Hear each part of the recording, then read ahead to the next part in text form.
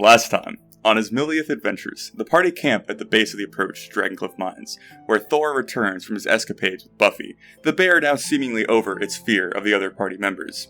During the night, a mysterious figure, clad in armor from head to toe, appears from the woodlands outside their camp, stating that he is Benny Whiteflower, captain of the guard of Dragoncliff Mines. After a brief discussion where Benny asks their intentions and the party learning that the town they saved all those months ago is again at risk, Benny departs back up the path as the party sleeps through the rest of the night. The next morning, the Golden Hearts complete their journey to Dragoncliff Mines, noticing a statue depicting the heroic late mayor, freshly constructed in the town square. Reminded of their escapades, the group seek out Mayor Jeremy Goldenheart, who again seeks their assistance in eliminating the Gnoll threat from the nearby fort. Having arrived here for that very purpose, the party agree and move on towards the northern pass that has been holding the Gnolls at bay till now. Finding their new acquaintance, Benny Whiteflower is standing guard there.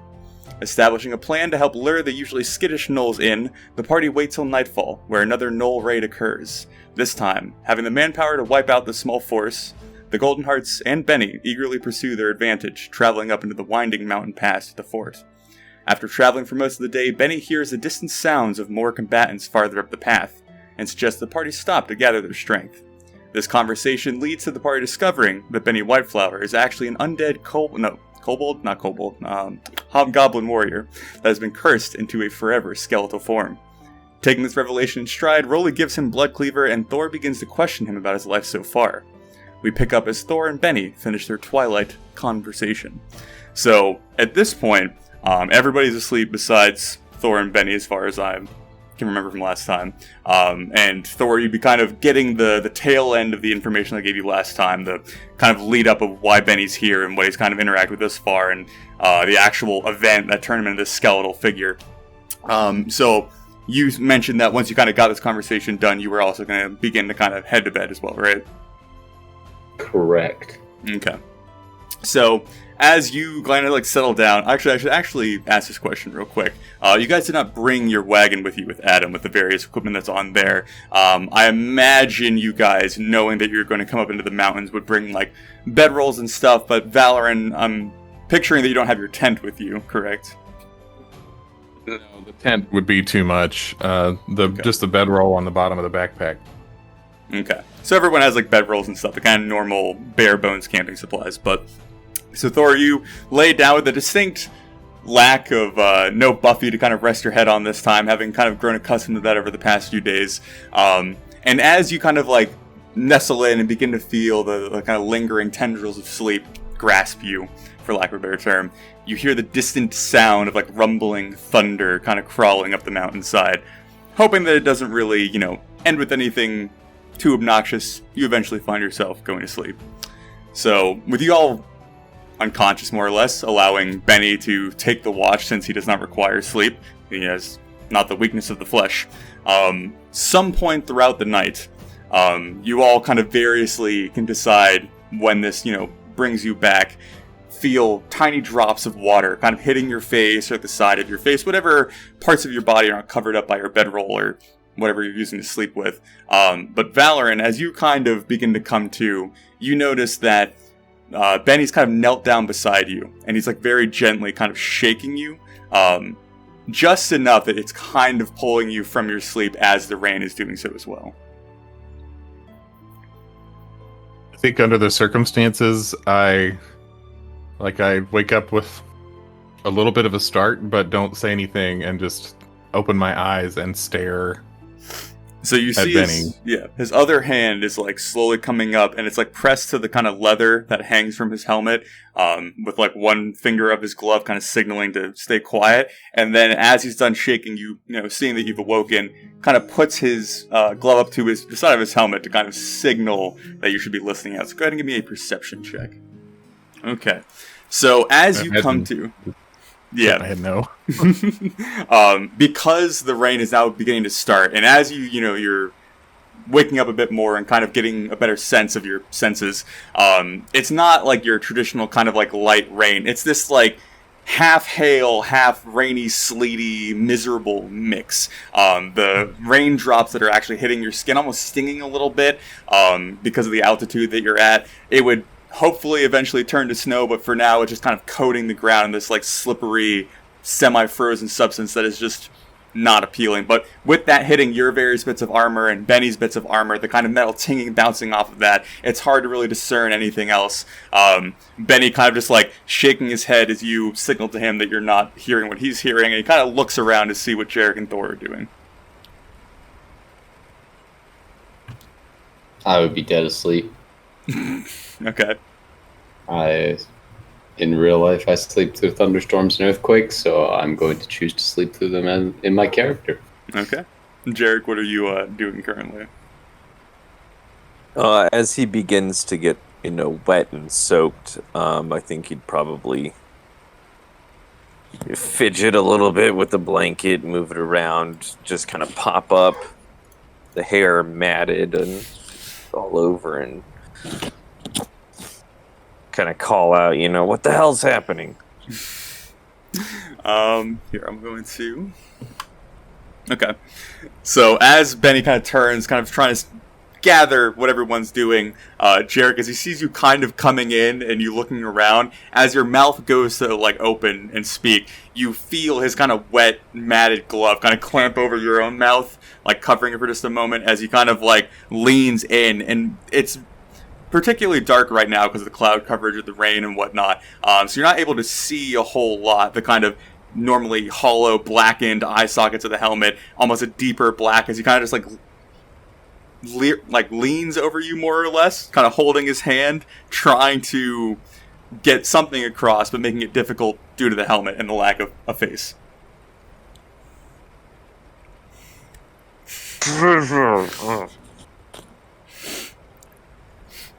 Yeah. Okay, got it.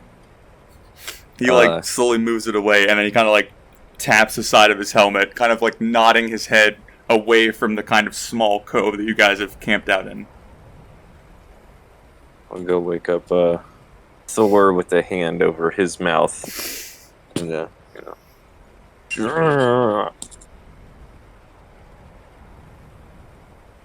Thor.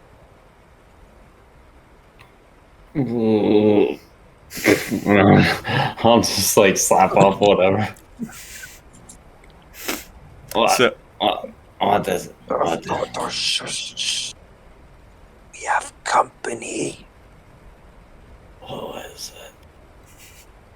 So Valorant, at this point, as you are kind of watching the various other members being woken up, Belgrease is with you because you wrote him up here, correct? So he's just kind of hovering around.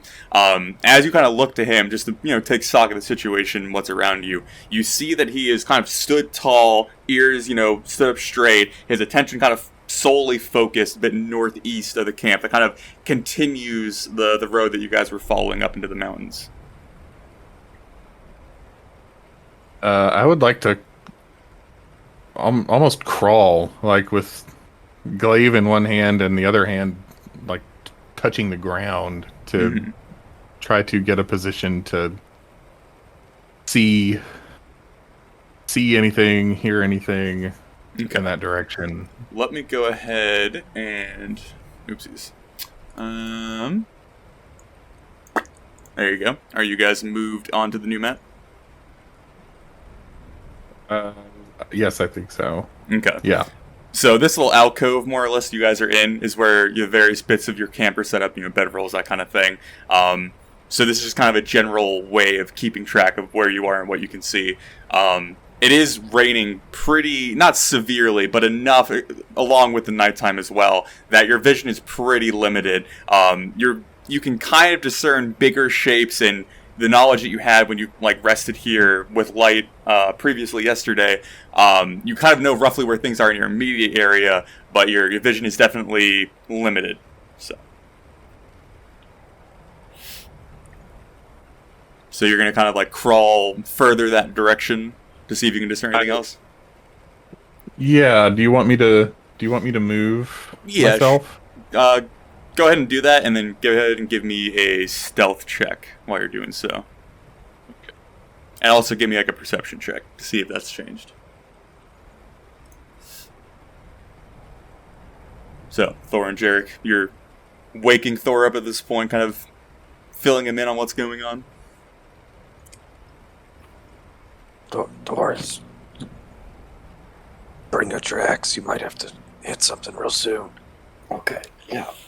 I got it. I got the thing, and then I got the other thing. I got all the things to hit people. So that's right. You switched over to a sword. Yeah.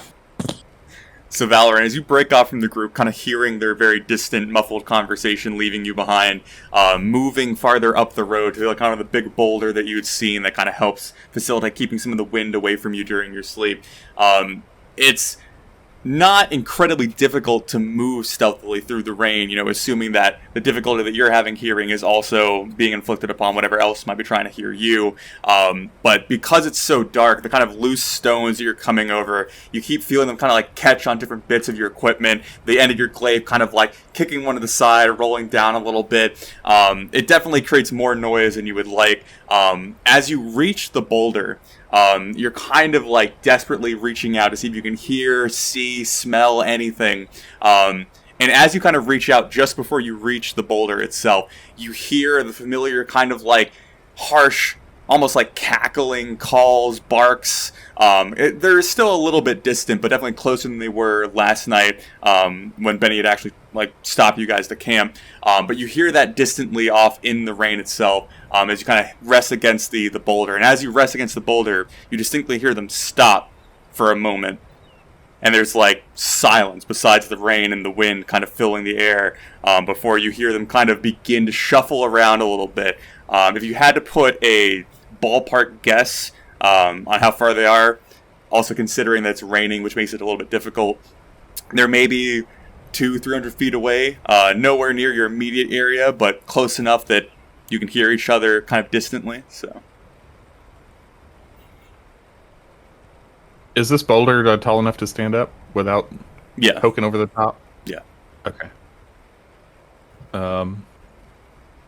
Then for the moment, I'll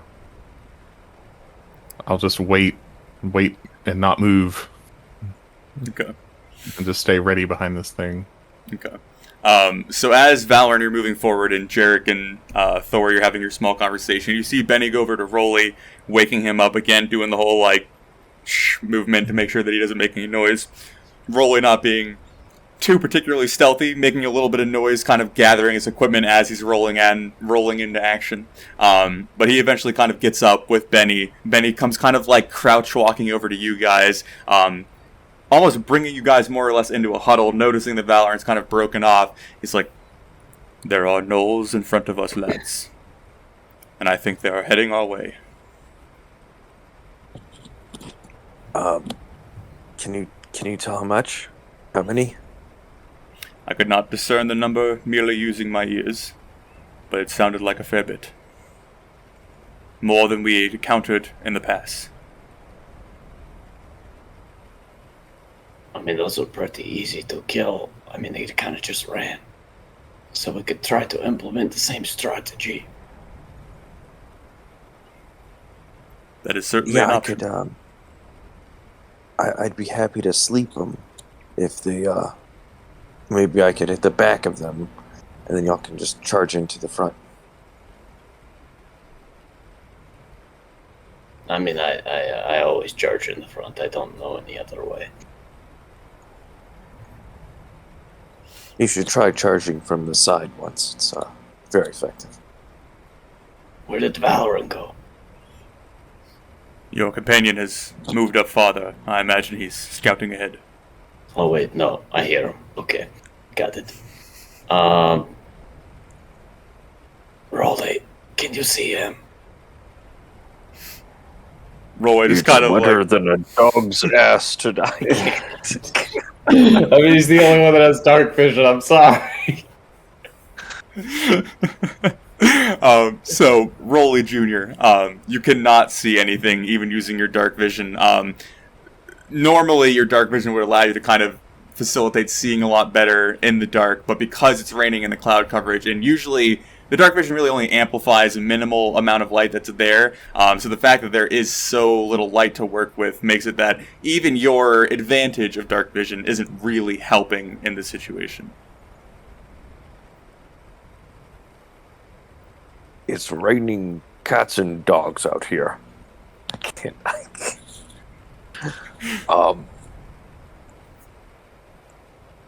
think Jarek would recommend be like, hey, I can throw a piece of light on some gold coins and see if we can distract them as they come down. And maybe we can just hide ourselves up against the walls.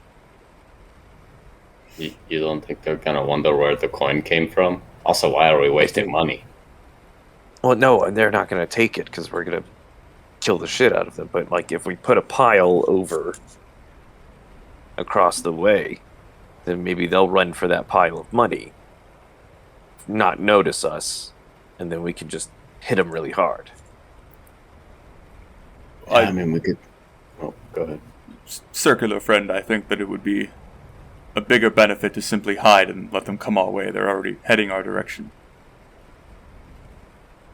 Can we, like, climb up these rocks? You know, elevate ourselves a little bit? You see Benny kind of look over to Rolly and then look over to you, and he goes,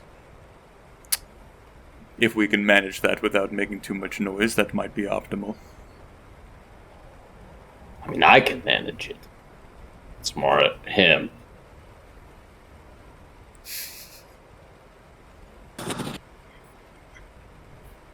We can hand wave or, like, generally describe I what want to Rolly try. says. I want to try so bad, but Rolly just kind of waves his hand, I guess. Then, oh my god. I'd like to go ahead and go put a pile of gold out about like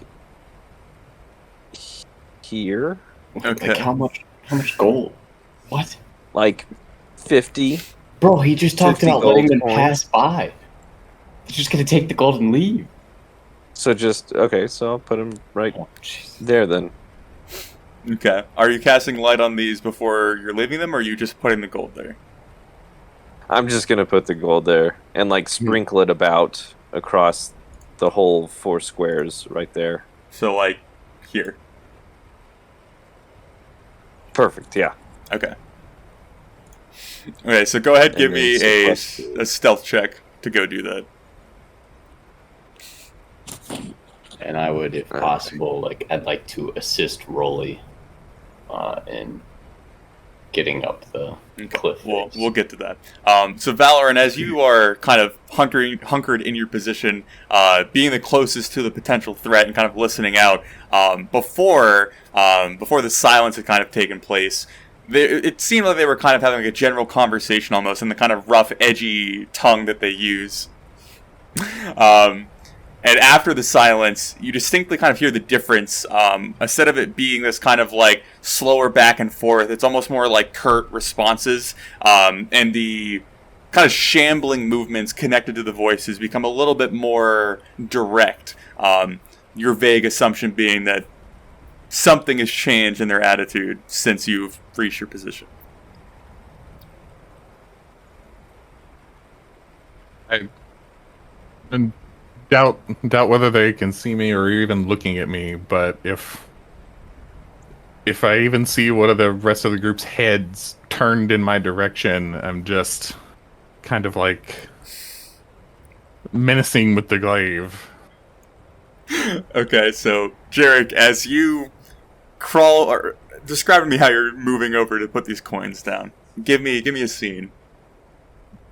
So Jarek, I think, looking around, it's rainy. He's gonna kind of squat a little bit, and kind of hunched over, legs apart, knees bent, almost like crab walk style, kind of, and then just kind of shake out some coins under the ground, and then shimmy his ass back over to the rock. Okay. If I could, if you don't mind, I just want to point out he's not on the map, but the horse is here somewhere. And Yeah. there's not a whole lot of places for him to squeeze. So here we go. I'll lift the horse up too. To get like that. Visualize what we're dealing with. So this is like This is like if Wile E. Coyote put the seed out and then just stood next to it. Like, well, you gonna eat that? So, Jarek, you get out. You are, with your weight, you are certainly not the best at shifting around stealthily, and also kind of jingling the coins as you're preparing to put them down on your way there. Everyone's attention's kind of drawn to this more or less. Again, Valorant, as you hear like this thing jingling, the noises that you're hearing up above you or to your north go silent yet again as Jarek begins like tossing out coins like birdseed, and then like almost shimmies backwards into his position. You would all be able to see Valor, and Valor, you'd be able to see them. Everyone's kind of in this, like, awkward, like, Western draw, just looking at everybody. Just motion to everyone, get down, get down. JD, I could hear you flapping from all the way over here. Thor, you should hear it from closer to the floor. Get down. No, I'm not. I'm going up. Okay, so you're going up the cliff. Are you still attempting to carry Rolly with you? I mean, if he wants to go, sure, yeah. Sure. Rolly. Well, actually, no, Yeah. Jarek. What does Rolly do?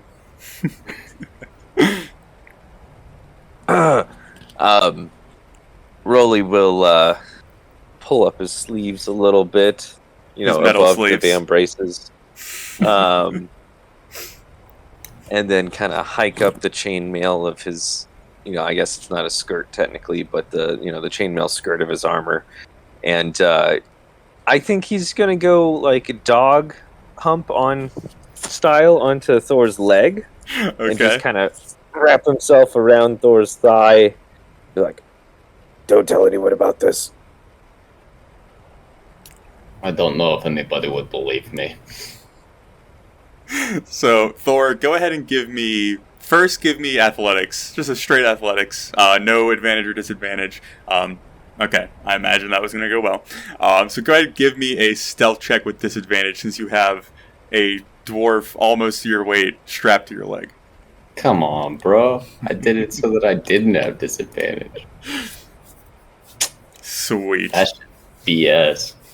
How do I want to do this? That's a question I don't get to ask myself often. Okay. Everyone but Jarek. Not surprising. Alright, Valorant, what's your thought real quick before I potentially lead us somewhere else? So that stealth of Thor's, I don't need to be a tactical genius to know that went poorly, I assume. Mm-hmm. So I think at that moment, Valorant sort of hisses like, and that is meant to be a signal for Belgrease to run Towards you or away? away. Okay. Okie dokie. So...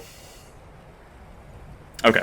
So Thor, as you're kind of like getting ready to move, you know, you look at the cliff, you're like, psh, I've done this a million times. You roll, it kind of latches on, you give him one last look, he's like, ready for it. And you begin to kind of climb up. And again, this isn't really a particularly hard feat for you to accomplish, just strength-wise. You know, you just gotta grab, move, and you gotta like just begin to swing your leg carelessly, not really thinking about it, and you just kind of drag Rolly's metal body up the cliff face as you're moving, and the whole immediate area around you just feel this like click, and then you hear Rolly like, ah, boy, and you just finish taking the step up the cliff. So you guys both are roughly here-ish for the most part. As you kind of set your leg down, Rolly looking rather perturbed. As you do this, Belgrease, who you're able to see just a little bit through the rain, begins to bolt down the path that you guys had just came through. Benny's kind of like looking around, not quite sure what's going on. Jarek, apparently just distracted more or less by the racket of Rolly's armor being scraped against the rocks, doesn't notice. Two Gnolls kind of crawling over the cliff face, just a little bit above you.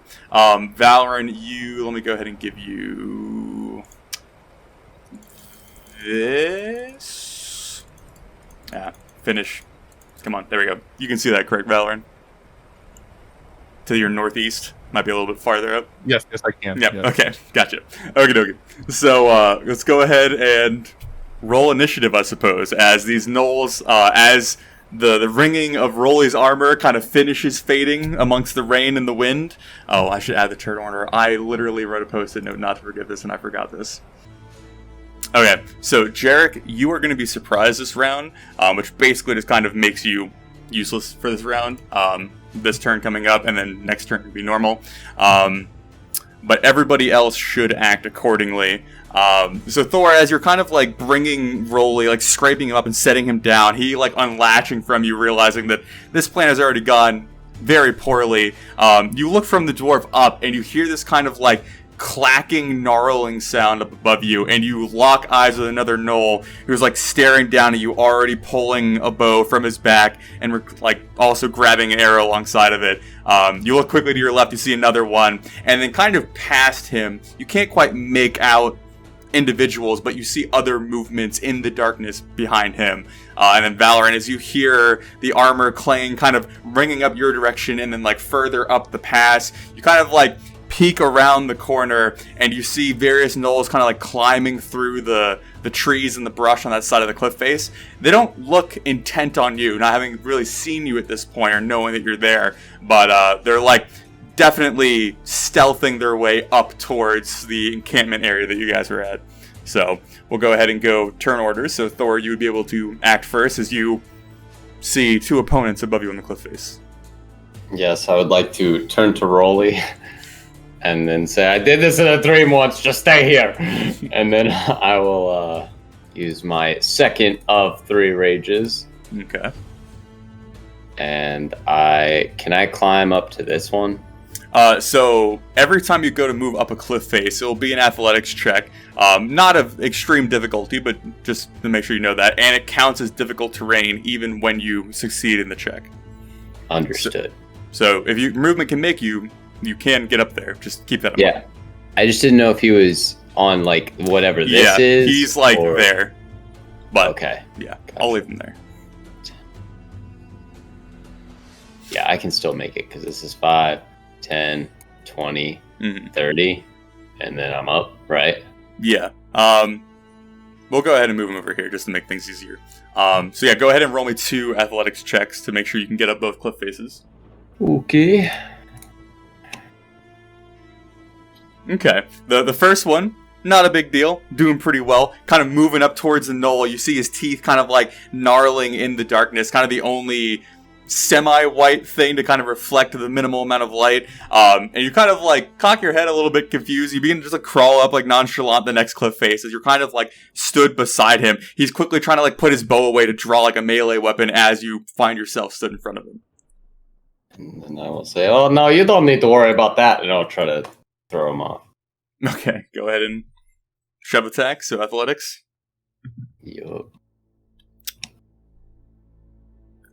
Ooh. A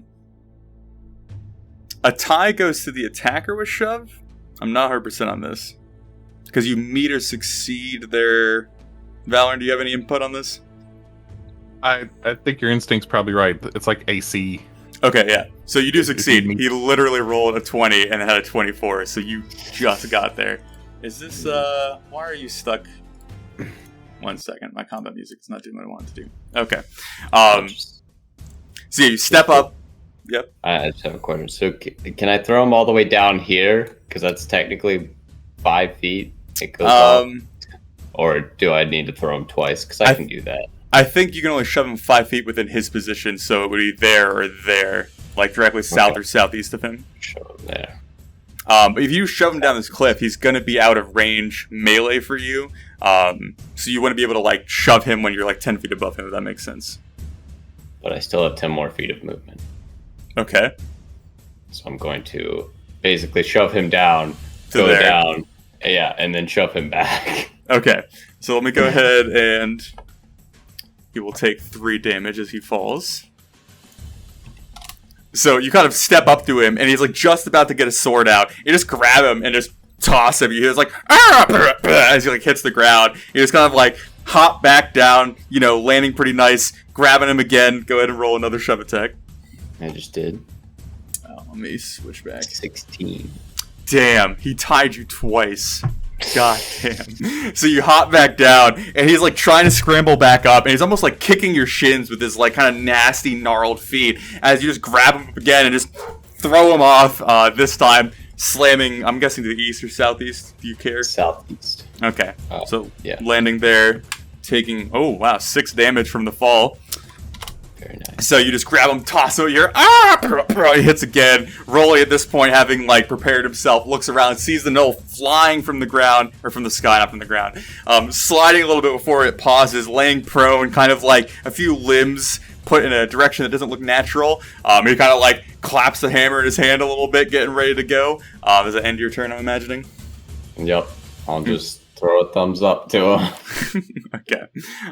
So at this point, yeah, I'll go down to Benny. So Benny has been kind of watching the Golden Hearts work in their magical way, seeing Valoran kind of away from you all, hearing Rolly and Thor's plan going into action, looking over at Jarek, who's still staring at the back of Rolly, not quite sure what's going on yet.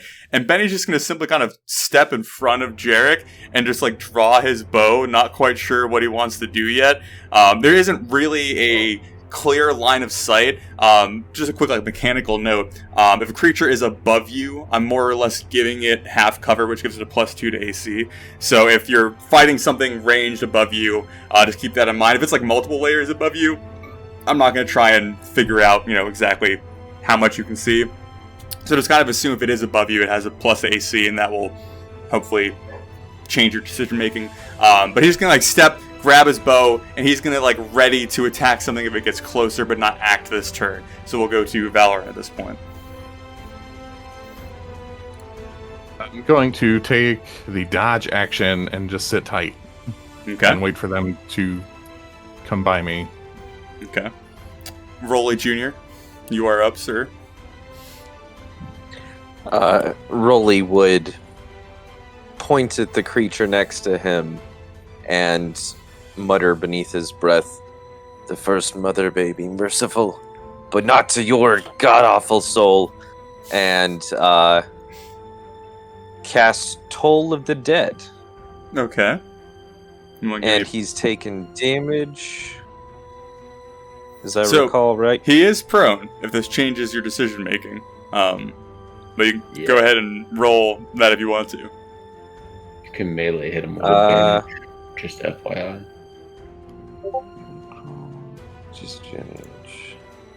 Advantage. Well, mainly for the damage purposes. Because 2d8 versus 1d8.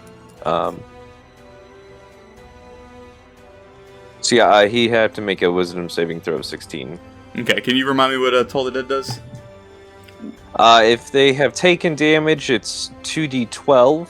Mm-hmm. If they have not taken damage, it's 2d8. But as far as the thematics of it, it would be the sound of bells fill the air for a moment and deal necrotic damage to the creature. So is a success just half damage? Sure, it's no damage. Must succeed or take damage. Does not mention if it... You want to just throw the Succeeds, description of it so. in the chat real quick? Oh, yeah.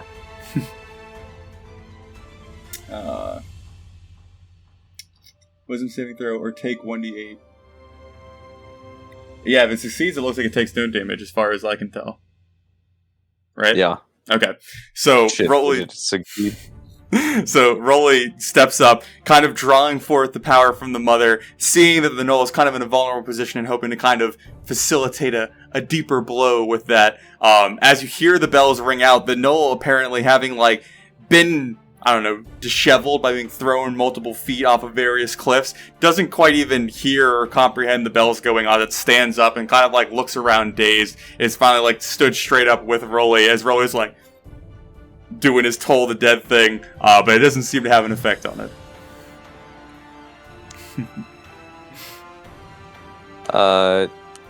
And I don't think he has any bonus actions.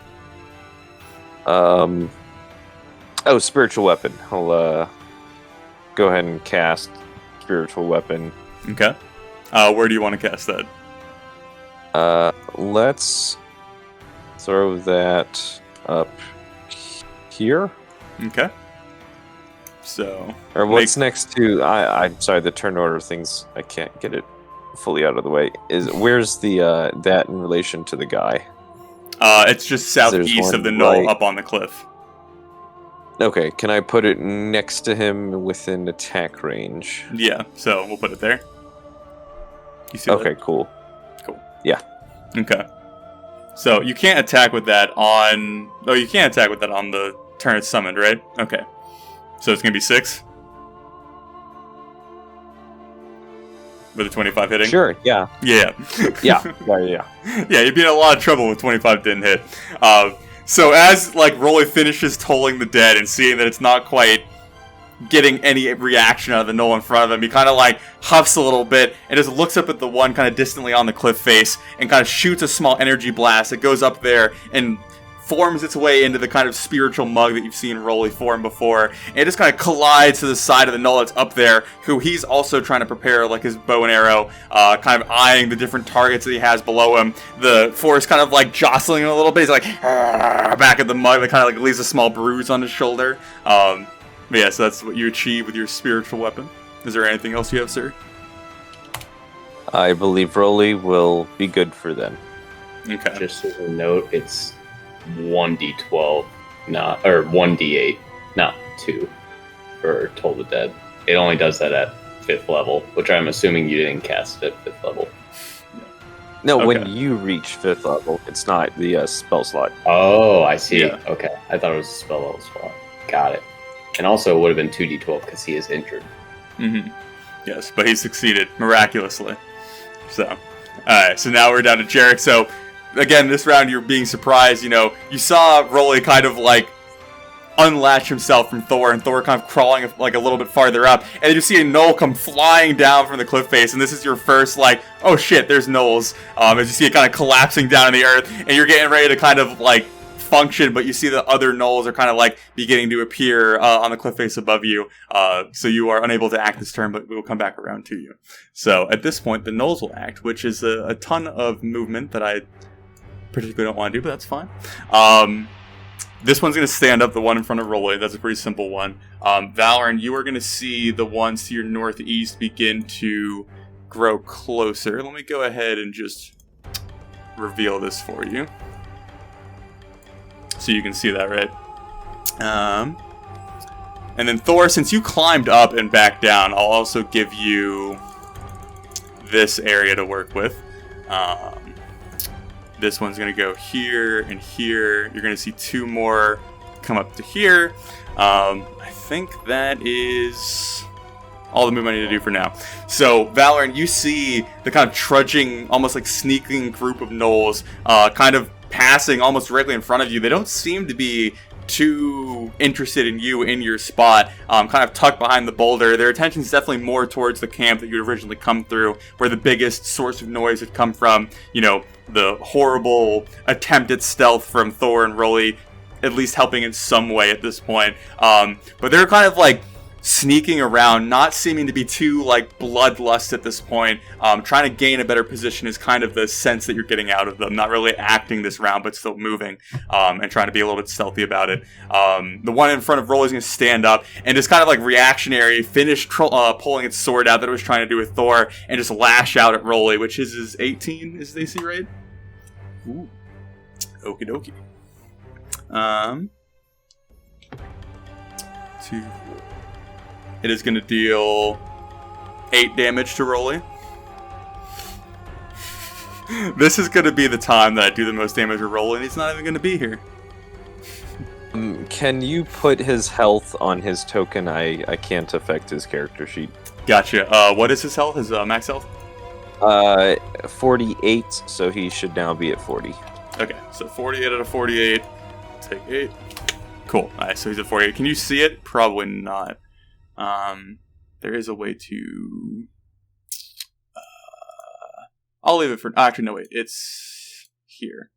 Visible to everyone. So you can see his health bar now? Yes? Cool. Okay, awesome. So you know Rolly's rough health. But yeah, so he takes a strike from this kind of crude, nasty weapon that the Gnoll is wielding, actually kind of like finding a small gap between his armor, like the shoulder and the chest part of his armor, and you see a bit of his actual blood kind of leaking from the wound as Rolly kind of like takes a decent hit for the first time in quite some time.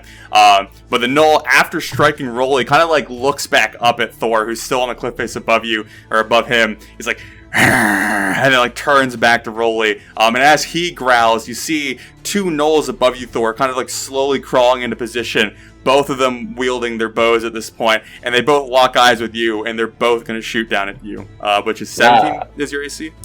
Yeah, I've been here before. And you are raging at this point, right? I am indeed. Okay. You see them crawl up, and they let loose arrows. You hear the like, clattering of the wooden shafts going past you. They're apparently kind of like the wet twang of their bow, kind of like distracting their aim ever so slightly as the arrows fly wide. They both kind of like snarl in anger at not being able to land a blow that would have certainly been a decent entrance to their combat, but they're completely useless, but that's fine. The Gnoll that got struck by the spiritual weapon up on the cliff kind of bats it away a little bit, almost like using its arrow that it's wielding as like a little wand, trying to like whisk it away, but just kind of causing spiritual tendrils to kind of fly out before it reforms. It's like, like then notches the arrow and is going to shoot down at the back of Rolly. Not like advantage or anything, but as he's engaged with the other Gnoll, it's going to miss because fantastic. So Jarek, you start seeing arrows flying down from the cliff faces. Thor is kind of like shrugging it off as like two kind of clatter past him. Another one sailing over Rolly's head, kind of clattering into the campsite that you guys were just at. And that's all the Gnoll's actions for this turn. So we are up to Thor. Alright, I would like to imagine that once they missed, similar to the dream, I would laugh at them. And then I would like to go up again to, I guess, this square right here. Okay. So go ahead and roll my athletics. Yeah. Okay. And then I would like to shove the one to my east off. Okay. And say, ha, you go now. And then I will, it's athletics, right? Yep. Okay. These Gnolls don't stand a goddamn chance. So you step up, and again, it's like trying to wrestle away its bow as you step up, not like prepared for you to so easily kind of ascend these cliff faces. And you just gotta like, just like throw one arm out and shove it out wide as it's into the rain, kind of clattering down the cliff face, hitting the dirt. You're throwing him to here, correct? Yeah. Okay, so you hear him just go, kind of hitting the ground beneath him. He'll take a whopping 3 damage. Anything else you're doing, sir? Yes, I would like to take my second attack on the man to my north. Mm-hmm. And then I would say, and you are for me! I would take out my rapier and attack him. Okay.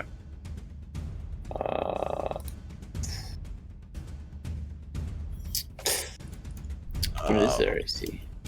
That is a good question, because I forgot to bring their thing up. I think it's 15. Let me check real quick.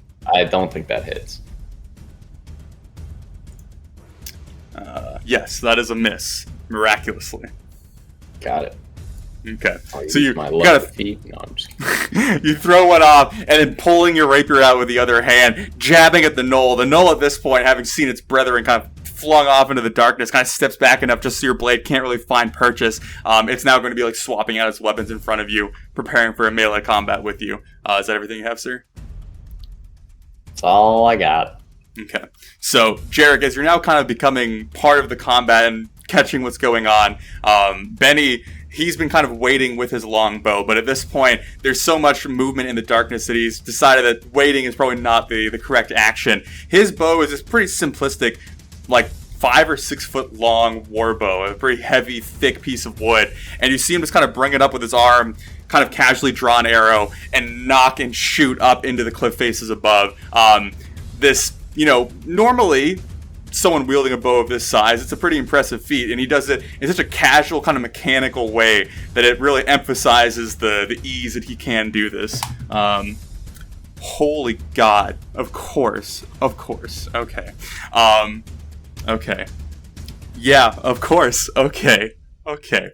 So, you see Benny pull back the bow, and you hear the wood begin to creak to the point where you're like, this thing's gonna break. You hear this like of the wood like stretching to its limit, the arc of the wood, this extreme angle, and you hear this like sharp, horribly like almost gunshot loud twang as the wood snaps back, the arrow goes flying up towards the cliff face, and the gnoll that was kind of swatting away the spiritual weapon kind of like is beginning to pull another arrow out, and as he does, you see Benny's arrow go through his shoulder, through his neck, through his face, and pinning his hand in place behind his head as the gnoll is skewered all the way through by this arrow, just kind of like held there for a moment, a bit of shock in its eyes before it like falls forward, tumbling down the cliff face and hitting the rocks below, letting out this kind of like as it breathes its final breath, of course. So,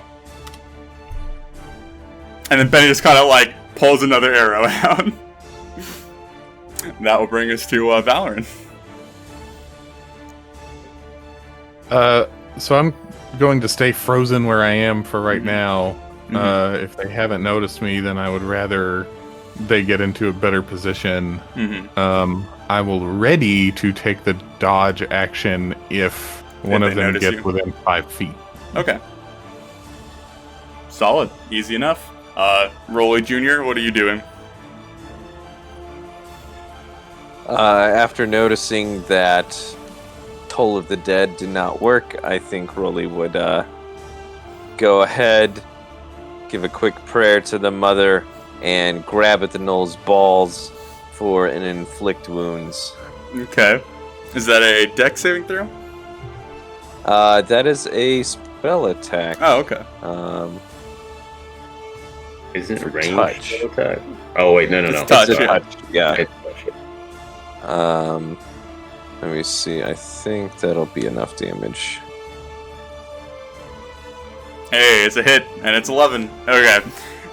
So as the gnoll kind of like pulls back from its wound that it inflicts on Rolly, kind of the gnoll's face are this like nasty mixture of matted hair and gnarled teeth, this like stench kind of always perpetually coming out of their kind of muzzles more or less, and it like snarls it again, ready for a fight, as Rolly just like shoves his dwarf arm past his defenses, gripping his groin, and you hear this like and it like starts wailing into the night sky, and Rolly surges all of the power that he can muster into this poor gnoll's testicle as it begins to kind of like writhe around his grasp, trying to swing wildly, but the dwarf's too short, so a lot of the swings just going above his head. It is not enough to bring the gnoll down, but it certainly leaves him much more disheartened than he was. And then Rolly would snap his fingers and point for the spiritual weapon to come crashing into this one. Okay. And, you know, I forget what to do for spiritual weapon, by the way. It's just am I supposed to roll it's a spell attack, right? Yeah.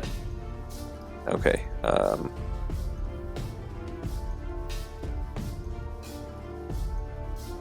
Where is it? There you go. Okay, so it's 7. So Rolly can't quite see the gnoll. Yes? You did it I right. think so. Yeah. Yeah, you I did. believe that was correct, right? Yeah, that Yep. looks right. Yeah. So Rolly Okay. can't quite see the gnoll up there, but he hears Gnoll's kind of scattering around the rock up there, and so he just kind of sends a spiritual weapon up that way, kind of just zigzagging up there to see if it can hit anything. As he sends it off, you just hear this thing like thunk and all as it connects with one of the gnolls climbing up the cliff face. So that's 7 damage. Okie dokie. That all you got, Rolly Jr.? And get my guy still alive. Okay, yeah. That'll be it. Okay, so now we're finally to you, Jarek, who has kind of been lurched into this combat after you were apparently horribly perceptive at the beginning. You know, I think Jarek is really disappointed that his golds went to waste. And seeing how everyone looks kind of precariously perched upon the rocks, he'll bring out his lute, just kind of aim it up at them and start playing a lullaby. Okay. And go ahead and throw out a 2nd level sleep. Okay. So that's a 20-foot diameter? Is what I'm seeing? Yes, and I'd like to center it right about here. Okay. There is a tool for doing this, but I'm not 100%. But That's 20. So yeah, just in the middle of that line, which I believe means I'd be able to get all four of those guys. Okay. Within the range. So 7. It's actually a 40-foot radius, or a 40-foot diameter. Oh, it's a 20-foot radius, so it's a 40-foot diameter? Okay. Yeah, it says creatures within 20 feet of a point you choose, so Okay. it's 40. Oh. across. So that's a pretty big range. Yeah. You can more or less, I'm going to say, get all the ones on the mountain top that you can see at this point. Okay. I think you meant to roll a different pair of dice there, sir. Yeah, I think you need to roll a little more. Yeah, I was trying to roll 7. I'm dumb today. I'm sorry, guys. You're So good, yeah, brother. just strum out a nice little lullaby and see if there we go. Okay, 32. So, And however many I can knock out with that. I'm going to do some quick math. He's out. He's out. That leaves. That's 5.3. So that's. Okay, yeah, that's basically it. So as you begin to strum, everyone around you, except maybe Valorant, who's the farthest off, amongst the kind of thunderstorm that is now gathering around you during this combat, you like very faintly in the middle of the raindrops, it's like, and you see a little bit of like dust and glitter kind of forming at the tip of the loop before it kind of like shoots out, almost like a very what's the word I'm looking for?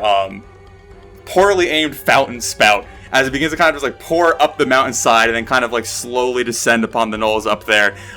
Thor, you're just like getting ready to fight, throwing people off, and you hear the Gnoll that was fighting Roller kind of collapse down just in this like hard slump. And then also to your left, over the rock, as you heard like the spiritual weapon kind of collide with it, you hear another kind of like heavier sound going like thunk against something and sliding down before resting on the ground.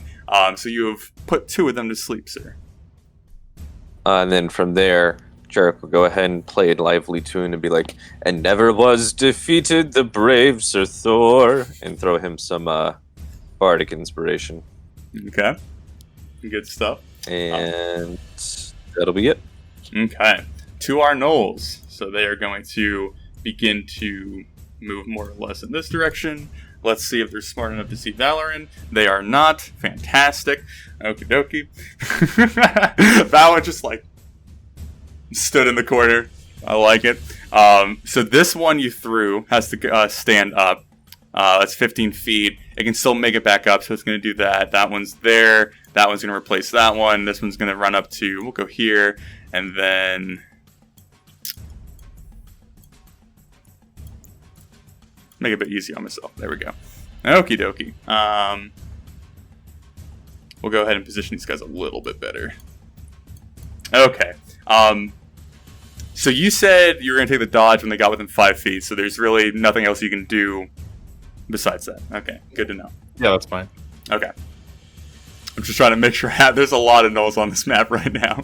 Okay, so we'll go ahead and deal with the east ones first. Valorant, as you're kind of tucked in the boulder, you see them crawling along the cliff face, again, trying to go as unnoticed as they can for the longest period of time. And then you see them all kind of lining up on the ledge of the cliff, the edge of the cliff face, all pulling out their bows, very silently cocking their arrows. And you see all their eyes are focused in on Benny and Rolly and Jarek, all kind of at the base of this, I don't know, kind of bowl-shaped cliff face, for lack of a better terminology.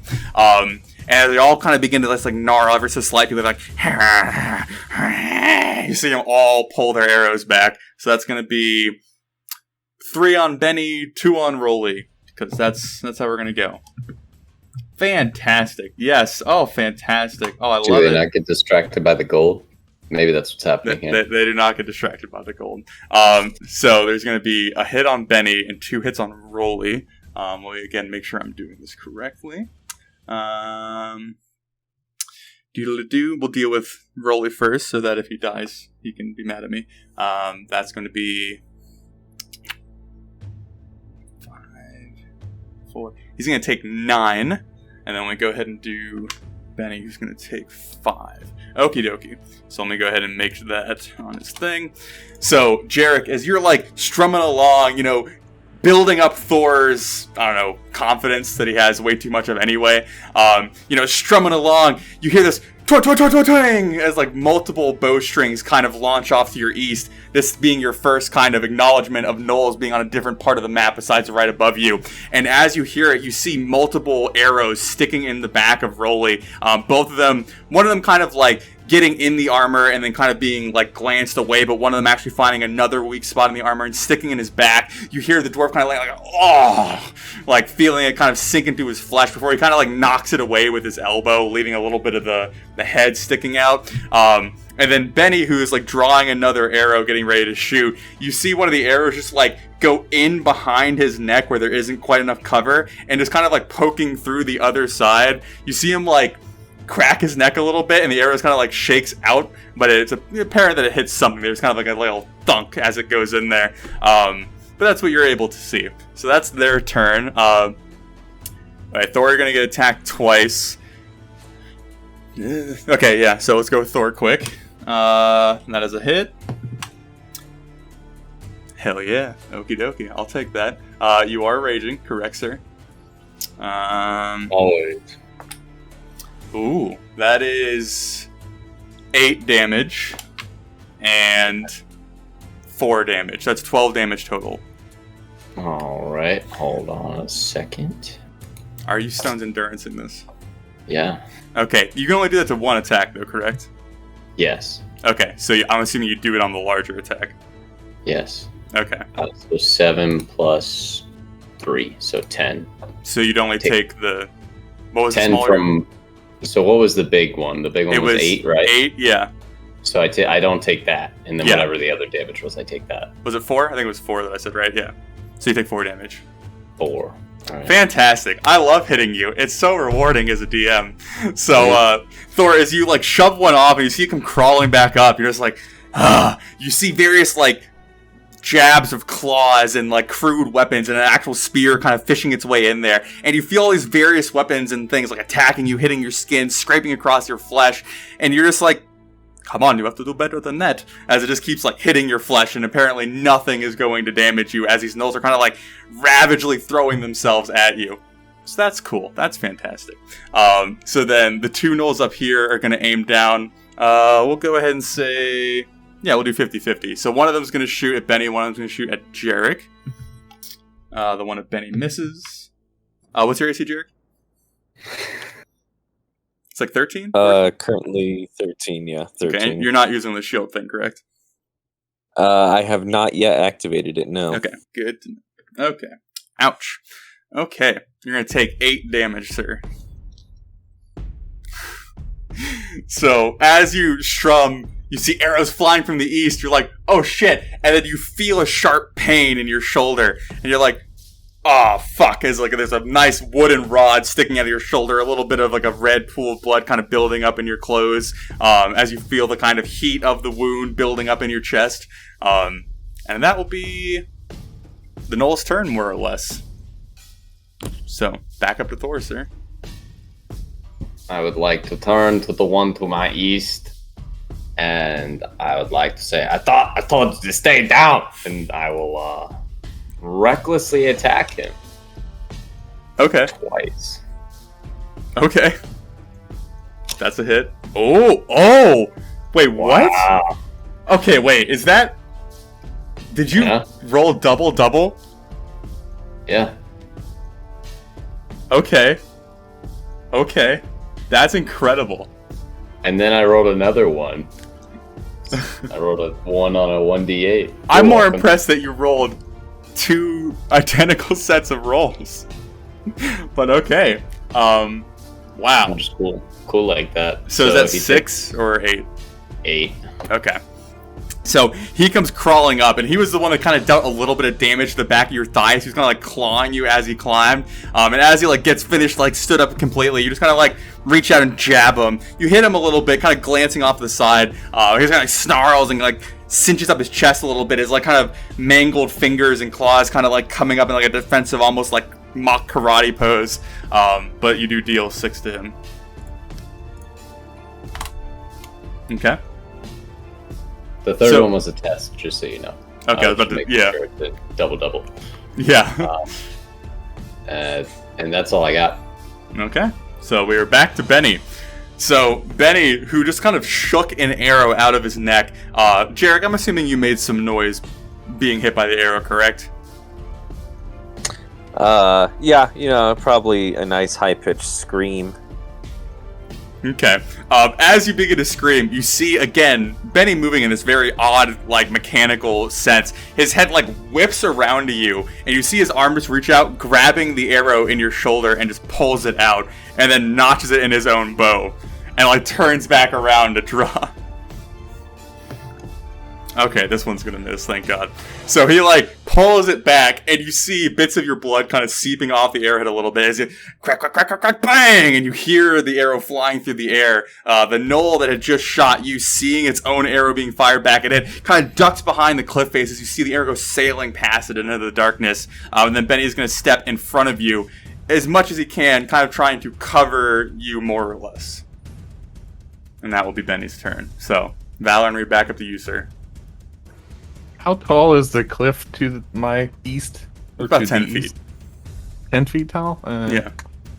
All right. And they're not like sheer cliffs. There is a limitation of like the map tool where like some of this is more of a sloped approach than like on the map. So it's an easier climb than it's like a straight 90-degree angle 10-foot climb.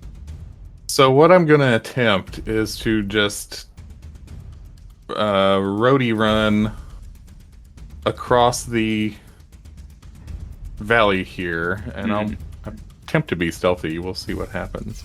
Okay. Okay. And I want to try to clamber up the cliff. Okay. Go ahead and roll me athletics.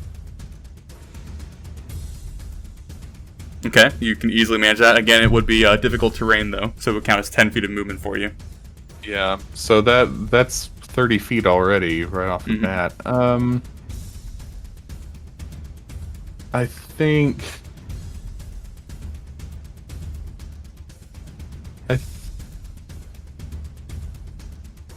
on the chance that they noticed me come across, then I think I'm gonna take dodge one more time.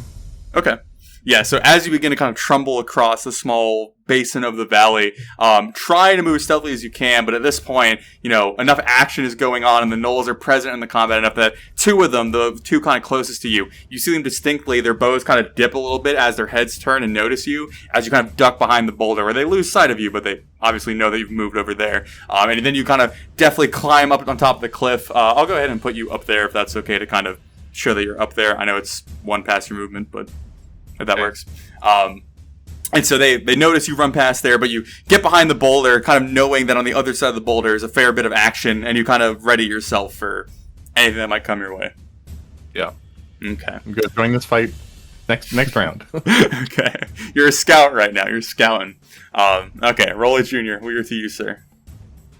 Rolly notices that the gnoll in front of him is no longer a threat, and correct me if I'm wrong, to get up to here would be actually 25 feet of movement due to difficult terrain, right? That'd be 5, 15, 25, yeah. Okay. So there, yeah. Could you move him to there then? Okay, go ahead and roll me 2 athletics then. At some point, you guys are going to fail this. And it would certainly be the time that Rolly is not here to roll for Rolly. Alright, Okay, first one's good. 2. Yep. Fantastic. Okay. So you see Rolly's small form, he's used to moving around in the mountains. His, history of fighting orcs on the cliff faces outside Bronshard. So he almost like kind of deftly using his hammer and his shield, almost like American Ninja Warrior, like throws himself up this cliff face, kind of bouncing from one rocky surface to the next, getting up on top. The boulder that's up on top of the cliffs up here is like the peak of the nearby mountain ridge that you guys are on. So Rolly is more or less kind of stood atop this, the highest point around you all, kind of soaking in the immediate area around you with his dark vision. I'll give you guys a little bit more to go off of. We'll go ahead and just reveal that more or less. Give you a better idea. But yeah, so Rolly kind of jumps on top of the boulder, and all the gnolls on top of the peak all kind of look up at him. Various vicious snarls meeting his like own kind of planting. So, but he is now up there. He'll go ahead and clap his warhammer onto his shield and yell out, "By the First Mother, drown in your own piss!" And cast Spiritual Guardians. Okay. Okay. So it's a DC saving throw of 16, or it deals 8. 4 if they succeed. I know Rolly hates when I group people up, so I'm going to group them up by 2s, so that he doesn't yell at me when he watches his back. Okay, those 2 fail. So it's a... What's the radius on that real quick? It's like 15 feet? 15. So that's what I was going to ask you. Is it... Oh, that's the wrong one. That it's 15... Yeah, so it catches like all of those. That? Yeah. Do you see the radius underneath them? Okay. So there's 2, 4, 6, 8, 9 within it. So they failed, they succeed, they fail, he fails. Fantastic. Okay. So the one that was asleep down on the cliff face below him, as he's sleeping, so these angelic dwarves are kind of what Rolly summons upon to, deal the spiritual damage. As the one's sleeping, you see it kind of like twitching a little bit, one of its legs coming up and like scratch behind its ear, as you see this small kind of miniature glowing dwarven figure just leap from the cliff face above, kind of sailing through the air and just smashing a tankard on the back of the gnoll, as you hear like a as its neck is like snapped backwards and the gnoll is murdered in his sleep, literally. And then everybody else takes 8 except those 2, so type that in real quick. But yeah, like at this point, as Rolly takes kind of this like almost statue-esque pose on top of the mountain, you see all of these swirling dwarves kind of diving through the mess of gnolls up here, smacking knees and ankles and jumping up and like punching them in the side of the head, their like vision being twisted to the side. The one that is sleeping is damaged and woken up, so that is a thing. But yeah, it's absolute chaos up here. Thor, you would be kind of the closest one to see all of this going on, so. And in terms of, I guess, the worst-looking one, quick point of order to see if this helps. What I'm going to do is anyone that's bloodied, which is under half health, I'm going to put the little skull and crossbones on. So right now there are 2 up there that are bloody, that you can reasonably assume are bloody. Perfect. And then Rolly would give a little hand gesture again at his spiritual weapon to fly over and knock on the one it just attacked previously. Okay. And I think I'm doing this correctly. That is a miss, sir. The right thing to do? Okay. Yeah, so as it's like being struck by the other various dwarves and all kind of like dancing around, the spiritual weapon just kind of sails past his head, missing by a few inches, as it kind of spins around, getting ready to attack again later. And now we're down to Jarek proper. All right. So you've just taken a wound. Benny has retrieved the arrow from you, kind of stepped in front of you, and you find yourself ready for action again. Wipe the vomit off of me. Looking over the rock, these guys over here, do I have cover from them? Yes, you do. Behind this rock. Half, 3/4, or full? You have full cover right now. They cannot shoot at you. The only threats to you are the ones up to your northwest. So in that case, I'm going to go... Okay. So in that case, go ahead and start plucking at my lute again, faster and faster, with the lowest, more bass notes off of it. And I'll go ahead and cast Shatter. Okay. Which I believe was a 10 foot. Yeah, so it's 10 foot, 60 feet. Okay. So where are you centering it? So I would like to avoid Thor and Rolly, so I believe right on that knoll would give me my 10 without hitting the guys. Okay, and I'll hit all the other ones. Sounds good. Yeah. Okay, so I'm going to go ahead and group them up into twos again. So the front two fail. Back two fail. Fail. Yay. Fail. They all fail. What a wonderful world I live in. So they just take the full damage? Is that the... Full 17 points of Thunderstruck. Okay, so let me amp this up a little bit because this is a pretty devastating blow. Jarek, as you kind of get yourself back together from the blow of the arrow, you're like, bah, bah, bah, bah, bah, bah, bah, and as you do the two notes, an actual bolt of lightning comes striking from the sky by pure coincidence during this thunderstorm. And as it does, illuminating the area up on top of the mountain, you hear this tremendous with various like the gnolls kind of screaming in terror as you see this immense amount of energy that Thor, you are very familiar with upon sleeping with Jarek in the barn at one point.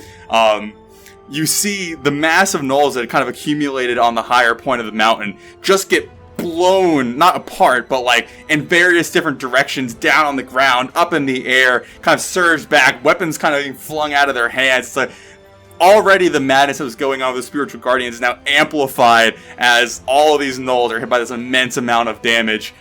You're going to kill this one, and then this one. Yep. And then all of these are going to take 17 damage. Is there anything you want to add to that particular display, Jarek? And then with my bonus action, I'll go ahead and give Benny some bardic inspiration and just be like, his name was Benny. He was a lovely hobgoblin. Okay. Okie dokie. So that is Jarek. So now we're to the Gnolls' turn.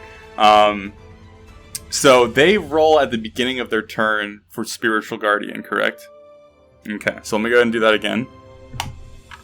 That is a success on them, and a failure on him. And that was 8 damage? Yeah, okay. So, Thor, as you manage to, land your first blow, really having, just started to get into the combat, you see all these mystical dwarves darting about, smacking your combatant, and you're like, hey! And then you hear this, BAM! And you see a bunch of gnoll bodies kind of flying off to your left. You're like, God damn it. And as you're going to stab the one in front of you, getting ready to really engage with him, you just see him, kind of wooze a little bit back and forth before a spiritual dwarf just kind of nails him in the knee. You see it crumple and buckle as the gnoll goes down and then falls down the cliff face, ending up dead at the bottom of it. And so the other one succeeded. So, they take half damage when they succeed, right? So that's -4, -4, -4, and -4.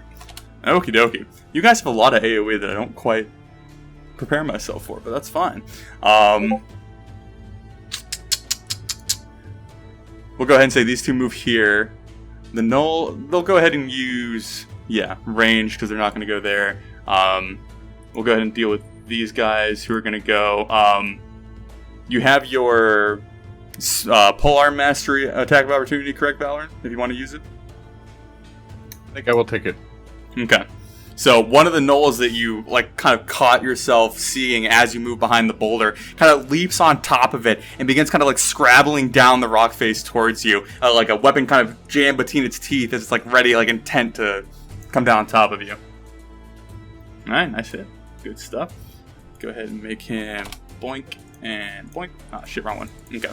As he's crawling down, you kind of like both ready to dodge any sort of incoming attack, but also to throw anything out if there's an opportunity. You see him getting closer and closer before you like swing, and you leave a nice long red gash kind of at the back of his neck, leading down to his shoulder, and like, and the weapon kind of falling from his teeth and kind of clattering down the rock face as he's just going to try and like leap on top of you.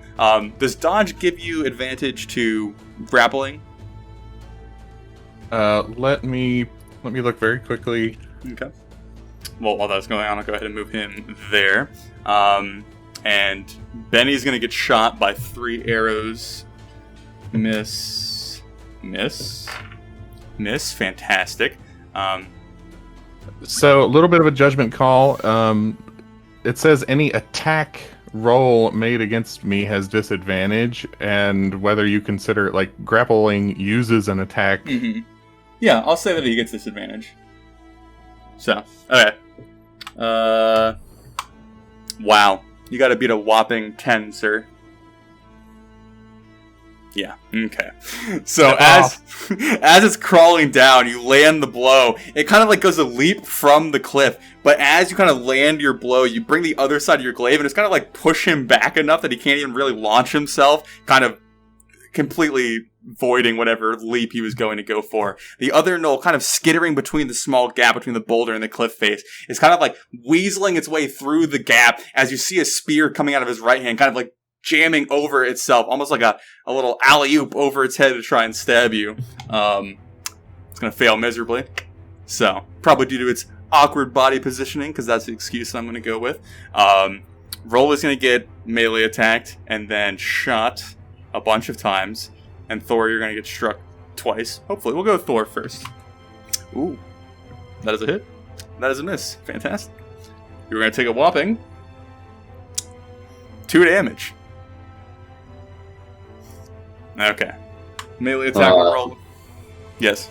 You're doing damage to me, correct? Yes. You have advantage, you know that, right? Yes. Because I recklessly attacked. Oh. Yes, okay. Nope, it still missed horribly. But thank you for that. I appreciate it. Okay. I take 2 damage. You take 2 damage. Right, Roll is going to get tried. melee attacked. Ooh, I think that's a hit. Because it's 18 was his AC, right? Right. Ooh. Yeah. God, Roll is getting the shit kicked out of him. Jarek, you're doing poor for your boy here. He's going to take 7 damage. That should put him at 24, correct? Yep. Yeah, marked it on this thing. So as Rolly is like letting his spiritual guardians like dance around him, one of the Gnolls that kind of got a particularly nasty hit on his shoulder, like lunges up and cleaves a pretty long gash down the back of his Yes.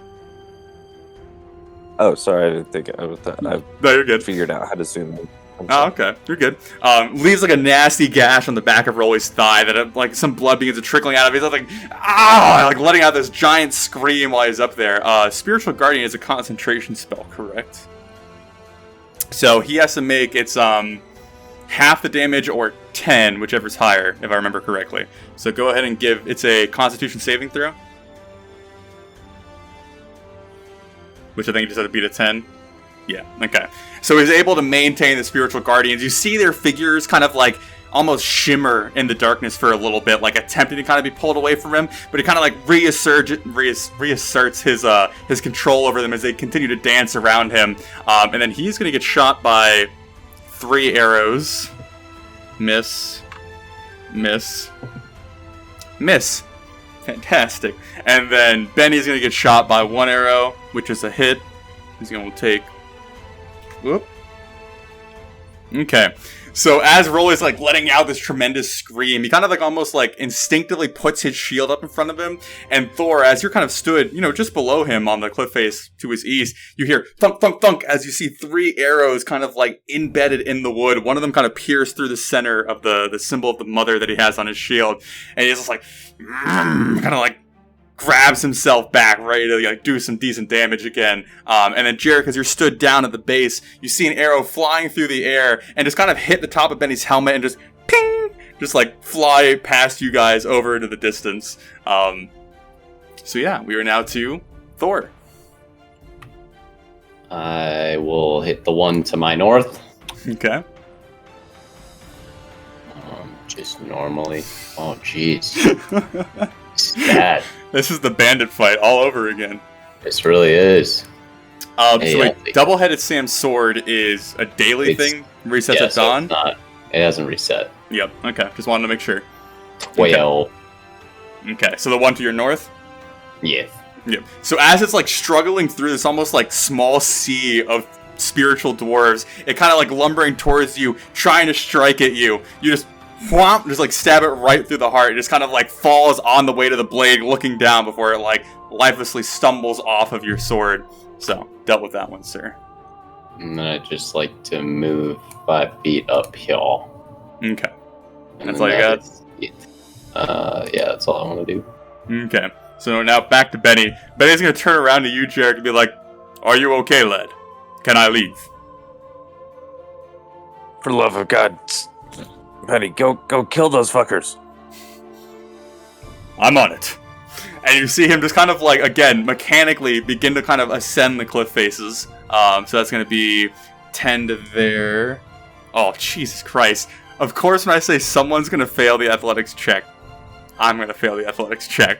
So you see Benny go, I'm on it. Turn around, go to take a step, and the first rock he puts his foot on slips as he just kind of stumbles forward and bangs the front of his helmet on the rocks. A big, like, bang, kind of like filling the immediate area, to which he just kind of stands up, kind of like readjusts the helmet on his head, and then tries to climb up it again.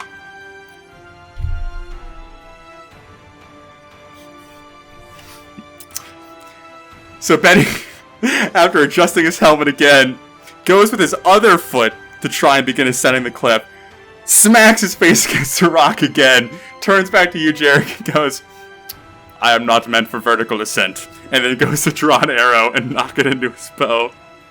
Did he... Oh, he had Bardic Inspiration. We'll use it for the attack. He didn't feel particularly inspired for his athletics. But as he turns, draws the bow, he's going to shoot it up at the knoll, kind of most extended, up on the cliff face. It's okay. It's okay. I'm zen. I'm zen. It's a 1d6 inspiration, right? Yeah. Yeah. Yeah, okay.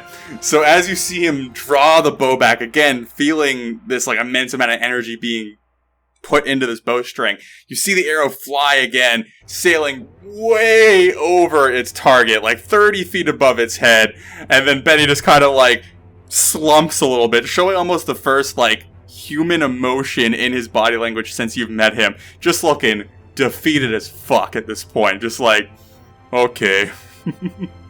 So, Valorant, where do you, sir? Alright, so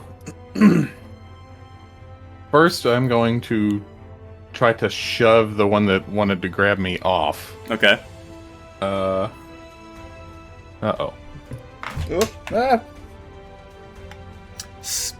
You succeed, sir. Yeah! So shove him off the cliff and To his say, west, I'm I'm assuming. more than you can chew! And, Okay. As you shout back to him, he's like kind of on a slope of the boulder as you kind of like almost pin him backwards when he went to leap. And so you just kind of still using the end of your pole arm, just kind of like broom sweep him to the right, shoving him off the cliff face. You hear his like the claws of his feet kind of scraping against the boulder before he goes tumbling over the edge. You hear hitting the ground. Eventually he's going to take a whopping 4 damage. But there you go, sir. What else do you have? now attack the one that's still up here with me. Okay. Oh, yeah. Okay. So, I'm going to use a smite on this one. Yep. If it doesn't kill him right off the bat. Okay, so that's just 11. Well, actually, it would be double the dice. It's 14, 14, 18. 18. 18 will not kill him. Alright, so let's hit him with a level 1 smite. Okay. And that will be... I want to double check here. I think it's 2d8. I really need to memorize this. And then me and Daniel ruled that with any sort of critical hit, all dice rolls are doubled, so these would be doubled. Okay. You're doubling the actual number and not just rolling 2 sets of dice? No, you're rolling 2 sets of dice and you're doubling them. So if you're rolling 2d8, yeah. So that's 24 plus 18. It's like 32 damage total, correct? Yeah. Okay. Since you are obliterating this man, is there any particular way you are obliterating this man? I think, you know what? It's glaive back behind him, and then just a rising sort of... just a sunrise, just a sweep through his body that kind of drops him into 2 hocks of gnoll meat. Okay. So this was Split the one him that in was half. like struggling through the small gap between the boulder and the cliff, and right as he's kind of like squeezing himself out, kind of putting his arms back to kind of like force the rest of his body out, he goes to tumble kind of head first on the ground, and instead of meeting the stone, he meets the tip of your blade as you just clean straight through him, using his own momentum from falling and your swing as this glowing white blade, almost kind of like a 1,000-degree knife challenge, just goes searing through this poor man's body, kind of almost burning his flesh as you sear it, cauterizing it a fair bit, as 2 parts of the gnoll land on the ground like a thump, thump, and you see like one of the legs that's still like barely caught in the gap, kind of like just twitching a little bit ever so slightly, as you just very cleanly dispose of an enemy. And I think I'll move into his spot and just kind of look down at the one that I shoved off and be like, "Here, boy." Good stuff. Okay. Rolly Jr., how are you going to kill Rolly today? This will not be a Jarek moment.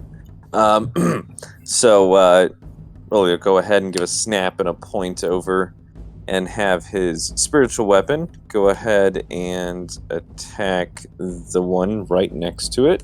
Okay. And I feel like I keep doing that wrong. That is a hit. So that's 11 and damage. This, So this being the one that just kind of landed the blow on the back of Rolly's thigh, Rolly kind of like snaps and points, and the beer mug, what's the word I'm looking for? Tankard, flies backwards, striking the gnoll on the side of the face. You see it kind of like stumbling a little bit, a bit of blood kind of trickling from the fresh head wound. It looks a little bit dazed, but still standing. So it's damage. And I think Rolly would grab that weapon with one hand and his warhammer in the other, and be like, "Death tolls for you," and hit it to make that nice bell sound, and try and get that guy with the Toll of the Dead. Okay. Wisdom 16.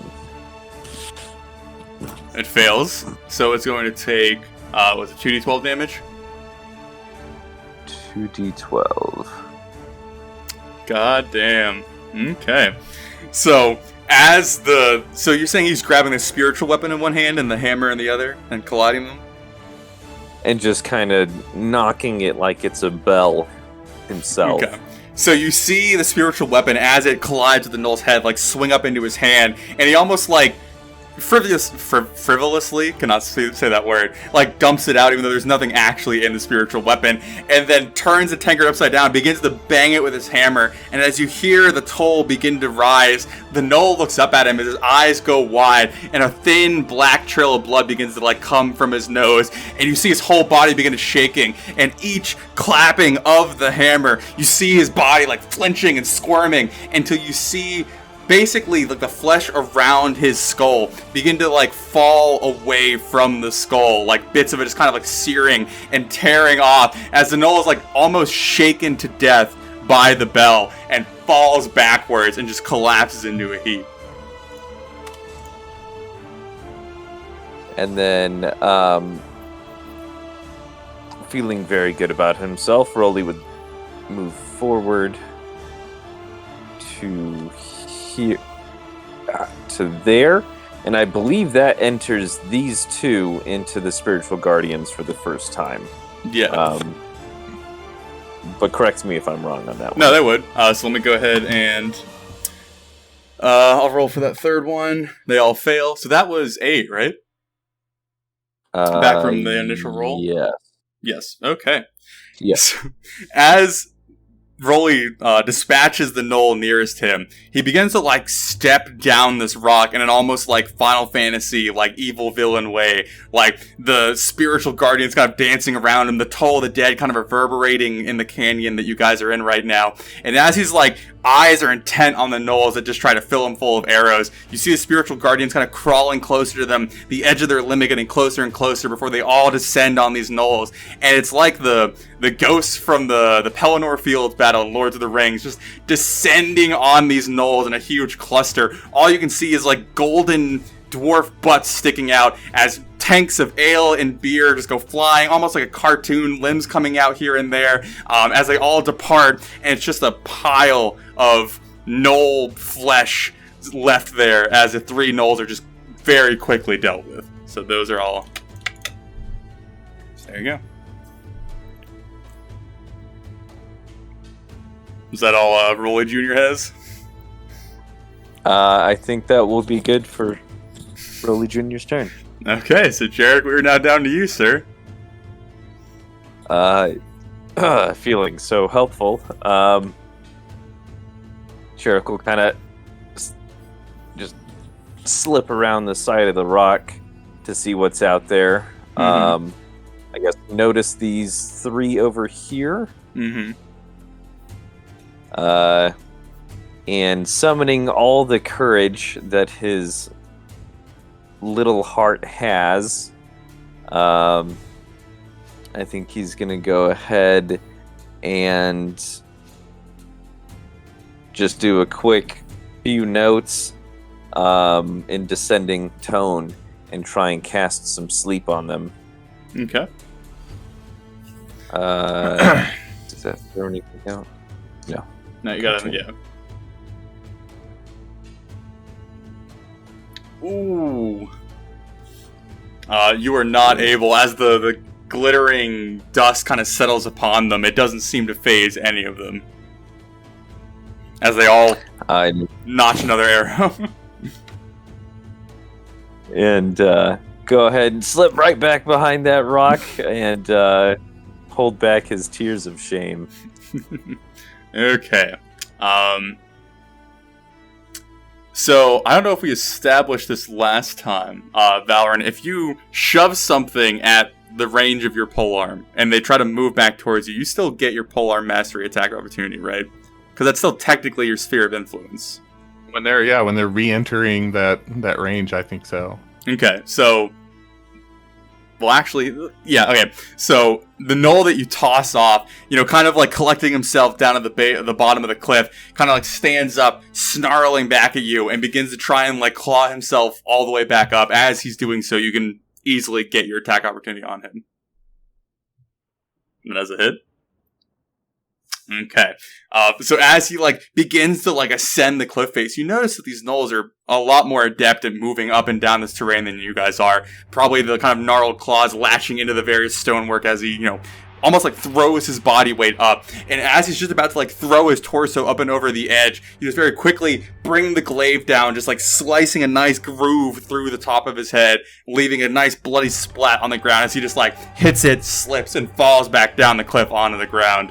So he is dealt with. Oh, I need to roll for this one that's within the... Oh, both of them that are within the Spiritual Guardian. I think only 2 people have succeeded. So, this one's gonna take 8 and is now bloodied. And Thor, as you are prepared to lock arms yet again, stood in front of another combatant ready to do harm. You see the spiritual guardians that were on top of the gnolls to the north all begin to rush for the one right in front of you. And as you're ready to swing, you just see a single spiritual guardian just walk up to him, bonk it on the back of the head. You just see it go blit onto the ground and disposing of that one as well. So the one that is left is going to shoot at Jarek. He's going to hit. Fantastic. 5 damage. So as you look over the ones to the east, kind of oh shit, kind of try to figure out what you're doing, you feel a sting, like the same shoulder, but on the backside this time, as you feel another arrow digging into your flesh. Like, Benny's already reaching back for it as it like hits your flesh, but you do take that damage. The ones to the east. God damn it, Thor! What are you doing with these guys? There are like 30 up here. What are you doing with these guys?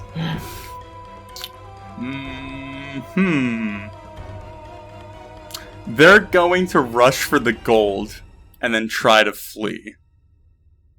I think that's their best play right now. So I'm going to say they all jump down into the various gold sprinkled across the ground and begin kind of like sweeping it up into their grasp. That will be like their move in action, and then next turn they're going to try and flee with it. So that will be the Gnolls. So we're back up to you, Thor. Okay. So I'm going to look over semi to Rolly that I can probably maybe barely see. And I will say, okay, it looks like you got all the stuff handled up here. And I will jump back off the cliff. Mm-hmm. Is this 10? No, going down is not difficult. Oh, so just 5? Yeah. Okay, and then 10, right? Mm-hmm. 15, 20, 25, 30, 35, 40. I'd like to imagine it's kind of like you're a kid in like a baseball pinata game. just bursted. Oh, you're gonna t-ball it. No. I'm talking about getting off the cliff. Like, you know how you run down bleachers. Gotcha. I'd imagine that's how that works. Okay. And I would definitely like to pinata this. Okay. I will. I'll just recklessly attack him because I don't care. Okay, so those are 2 hits. Yep. One was so that critical. one does 13. Okay. And then this one does 17. Okay. Yeah, I don't know what that is. Okie dokie. Since you have not had a lot of decisive victories in this fight, how do you want to dispatch this Gnoll, Daniel? I think I would like to, as you said, kind of pinata, and just kind of be like, "Oh, where are you? Oh, I heard it. And then just kind of slash him down." So as you come like storming down the cliff face, all these Gnolls kind of like they're picking up loose rocks and gold at the same time, like trying to like clutch them to their chest. And as you're running down, you like playfully put your arm in front of you with your shield as well, and you just start like wildly swinging. And as you do, you see the 2 Gnolls behind him kind of look up, but he doesn't quite like pull his attention away from the coins. As you slice his back, and he goes ah! As he does, he kind of like cranes backwards, and your second wild swing just cleans his head off as this whack, and it's like a nice swish, and then the head goes and then all the gold and rocks he collected in his chest like spill out to the ground. His body flails down onto it, very easily dispatching of that Gnoll, which brings us to Benny, who, at this point, he retrieves the arrow. Oh, do you have anything else, Thor? Sorry. Okay. No, that was it. He's going to quickly retrieve the arrow from Jarek's back, notching it, and aim up at the Gnoll still up on the cliff face. Fails again. So Jarek, you crack, crack, crack, pew, and sails off into the darkness yet again. Benny just... And then, Valorant, where do you, sir? Alright, so getting back down is just a matter of hopping down? Yeah. Okay. So I'll have to dash in order to get there, so it'll be all for my turn, but I'm going to plant myself right there. Okay. That's it. Okay. Rolly Jr.?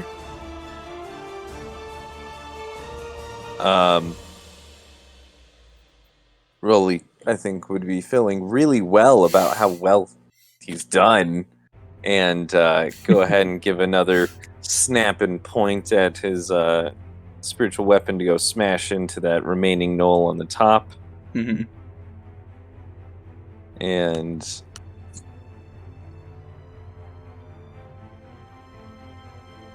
Ooh, that hits. Good stuff.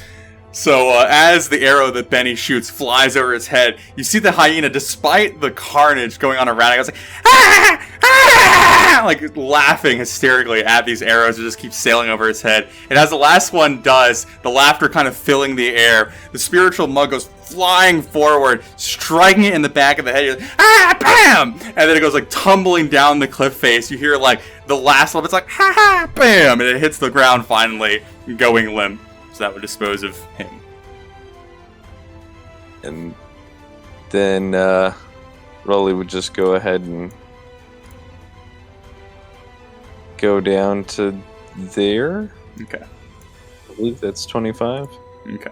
And I'll go ahead and get rid of this. Okay. Okay. You want to dash or... No, you can't dash because you... spiritual weapon, is that Bonus action, yeah. Action. So... Yeah? There? Yeah, get right next to him. Okay. And then we're to you, Jarek.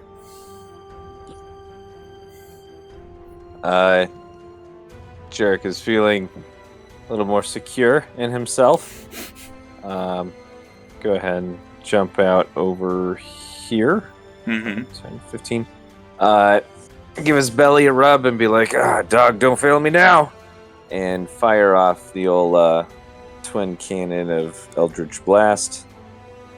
First one towards this guy. Okay.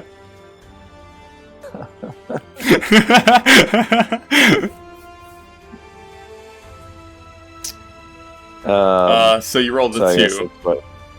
So that's a 4. Yeah, so 4. Okay. And go ahead and send out that other one at the same Okay. guide.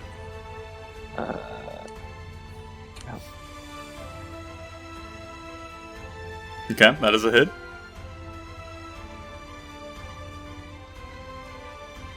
Okay. So you finally step out of your hiding hole, yeah? No. You step out wielding your belly at this point, very secure in that there's no damage to be imparted on you at this point. And as everyone's kind of descending on these gnolls that are finally taking part of your trap, you just pew pew, both your eldritch blasts, shut up, flying out of your belly button, kind of curving around Rolly a little bit, striking the gnoll, which like he fumbles a few of the coins. At this point, realizes he's like completely surrounded. They are both going to take the cluster of coins and like dirt and rock they've collected and fling them, one at Rolly and one at Valorant. So Jarek, roll me a dexterity saving throw for Rolly, and Valorant, roll me a dexterity saving throw.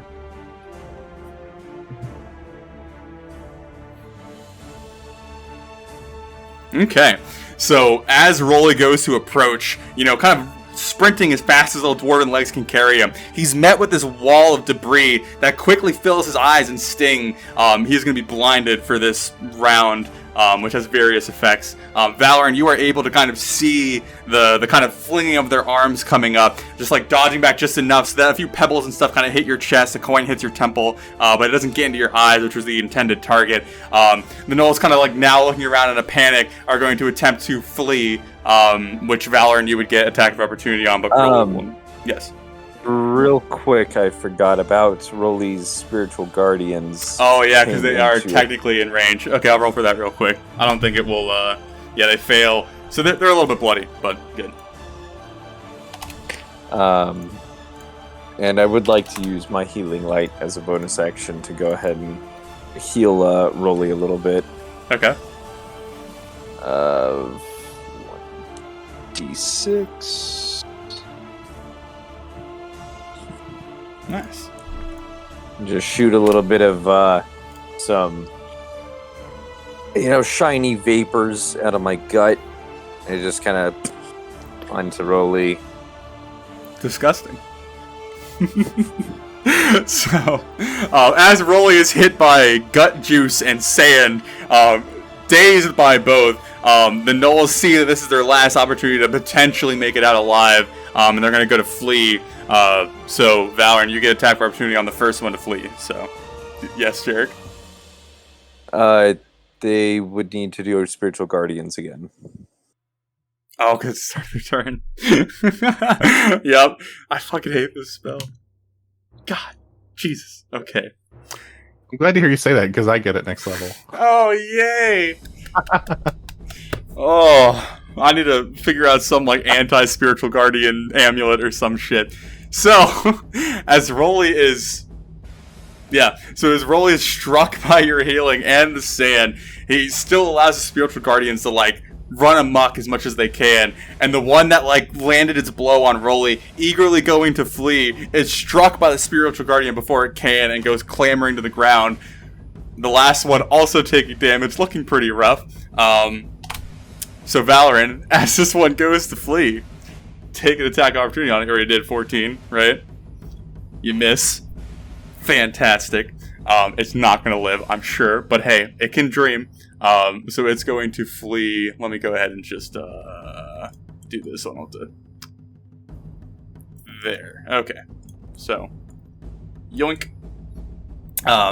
So as Valorant goes to swing, kind of hitting the stone instead, the Gnoll begins to kick up debris. It just begins to just haul ass as fast as it can away from you, presumably back towards its fort that it came from. And I guess we are to Thor. Yeah, I would like to see the Gnoll running, and I'd say, "Oh no, not again!" And I will sprint after him, and I will have to use my 40 feet of movement to get to like right here, and then I will dash in front of him. Okay. And then I will just hold. Okay, we're gonna see if Benny can pull his shit together. No, he cannot. So, Valorant, do you want to go ahead and do whatever action you are planning on doing, sir? Yeah. It'll take all my movement, but I can get on the other side with a double move. That'll be me. Okay. Yeah.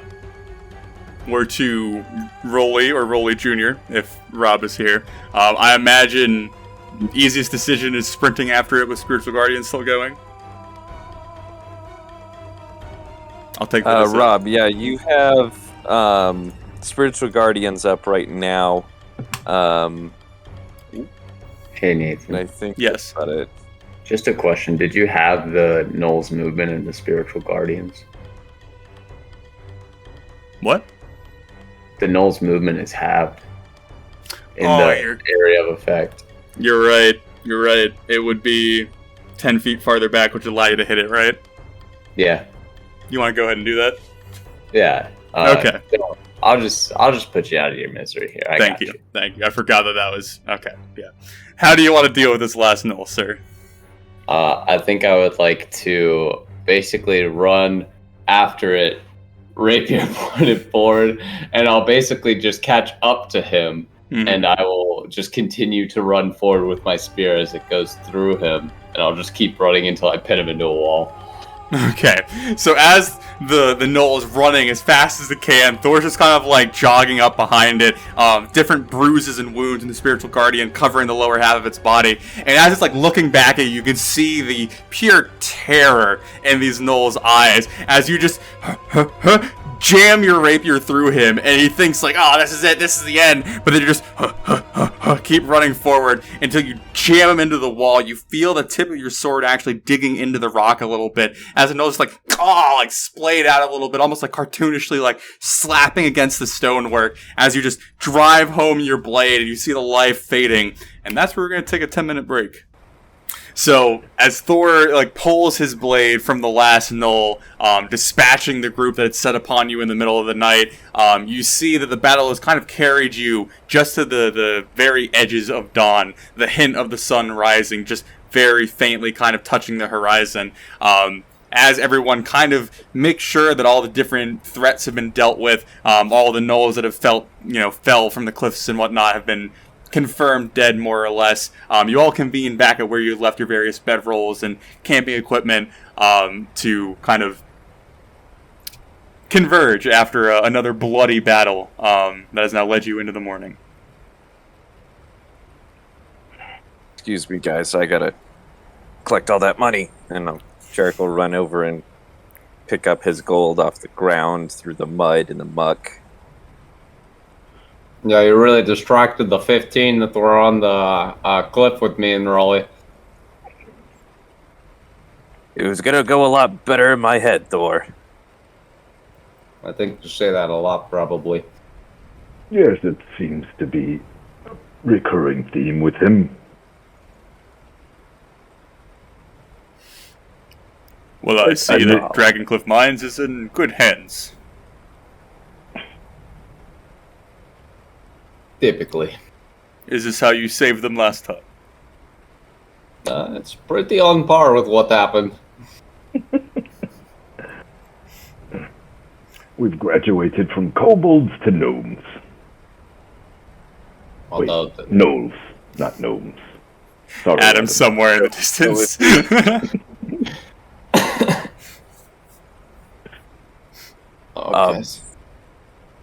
Did we get a full rest in? You got a Before short this. rest before the combat. Okay. So whatever recharges on a short rest you would have. So, can we long rest? Well, you're just... Yeah, guys. Yeah. Guys, do y'all want to try and get in some sleep before we head up? Because judging by how many showed up, I have a feeling that we are not far from our destination. Well, I think to facilitate victory, we shall pursue them while they are on the back foot. Yeah,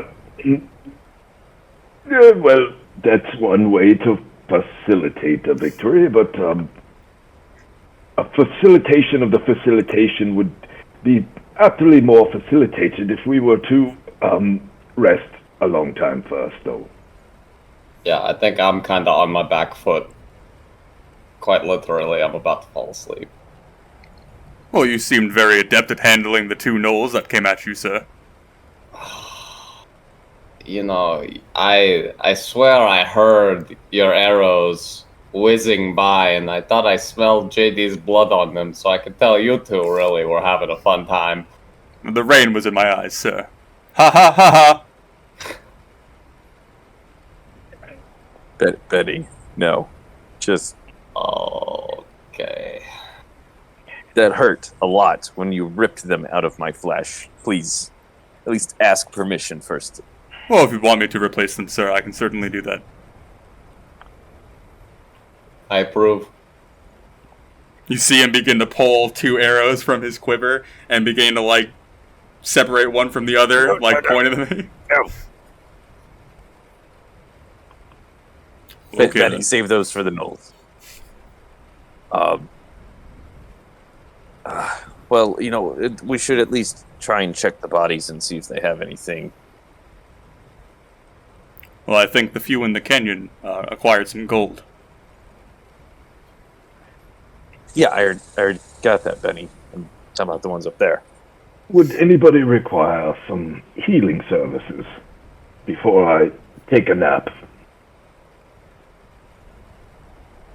Mostly you, actually, Yeah. Rolly. That's You look what I pretty- was thinking. Pretty banged up, Rolly. Yeah, well... And here I am. Good as new. So as you are all talking amongst yourselves, Benny's going to turn his attention to Valor and kind of look him up and down. It appears you got out unscathed. Paltry prey. Can't believe you woke me up for this. Oh, if you'd prefer, I can leave you to slumber the next time we are set upon. Are you trying to make jokes? I am quite humorous with my age. For your age, perhaps. You've got to give the old boy credit for trying, I mean. Really, No, I don't. looks to be the joking type. Just because the humor is bare bones doesn't mean that it's not good. Oh, no, quite to the contrary. It cuts right to the bone. I don't... I will kill you both and raise one of you to kill the other. Benny looks all around you, and then he as he realizes that he's missing something, he's like, Shall I tell a joke? Yes, please. He, readjusts himself, repositioning his entire body, kind of locking his hands in front of him as he gets ready to tell the joke. There is a particular species of crocodile in the south that can jump higher than a house. This is due to a unique bone structure in the knees, and because houses cannot jump. That's a good one. That's a very apt place to start when learning humor. It goes over very well Where in it the goes taverns. in for What is your Goes in favorite for- musical instrument there, Betty? My name is Benny, sir. Benny. My favorite instrument is the sword. Well, you should consider the trombone. Well, I cannot produce any air. Okay, it was a joke. Anyway, Valorant, don't look at me that way. See why you think that he's funny.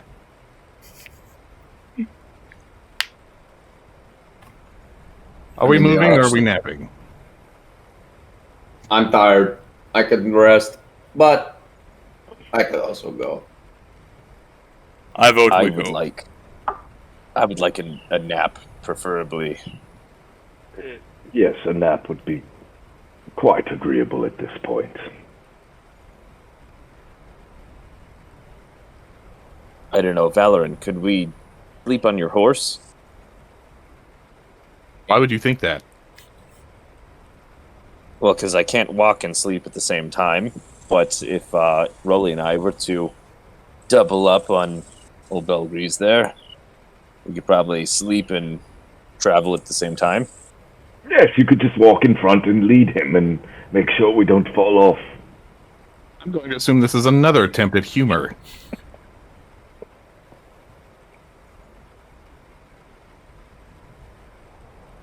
I'll take that as a no then. Okay. Yes, Lord Val, I don't think that was a joke at all. I think they were actually pretty serious. That makes it even more of a joke.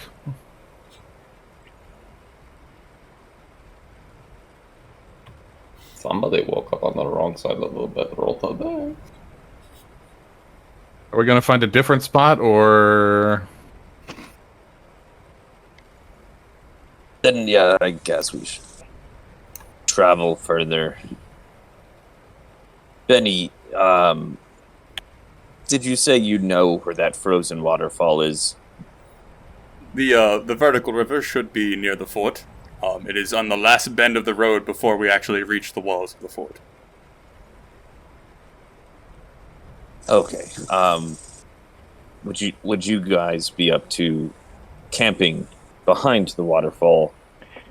That sounds like that might be hidden a little bit better. Yes, wouldn't be a bad idea, but Benny, make sure you don't get yourself wet because it's very cold. And then you'll be a numbskull.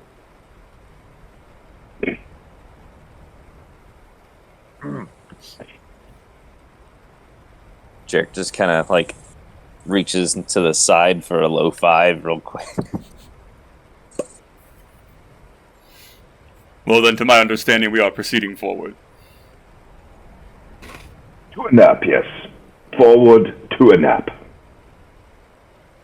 Then we shall go. And Benny just, begins to walk up the road.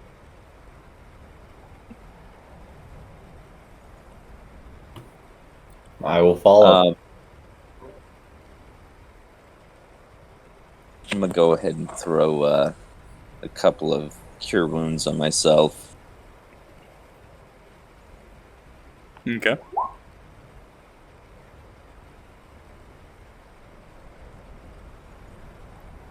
Rolly and Valorant, just are the you? one.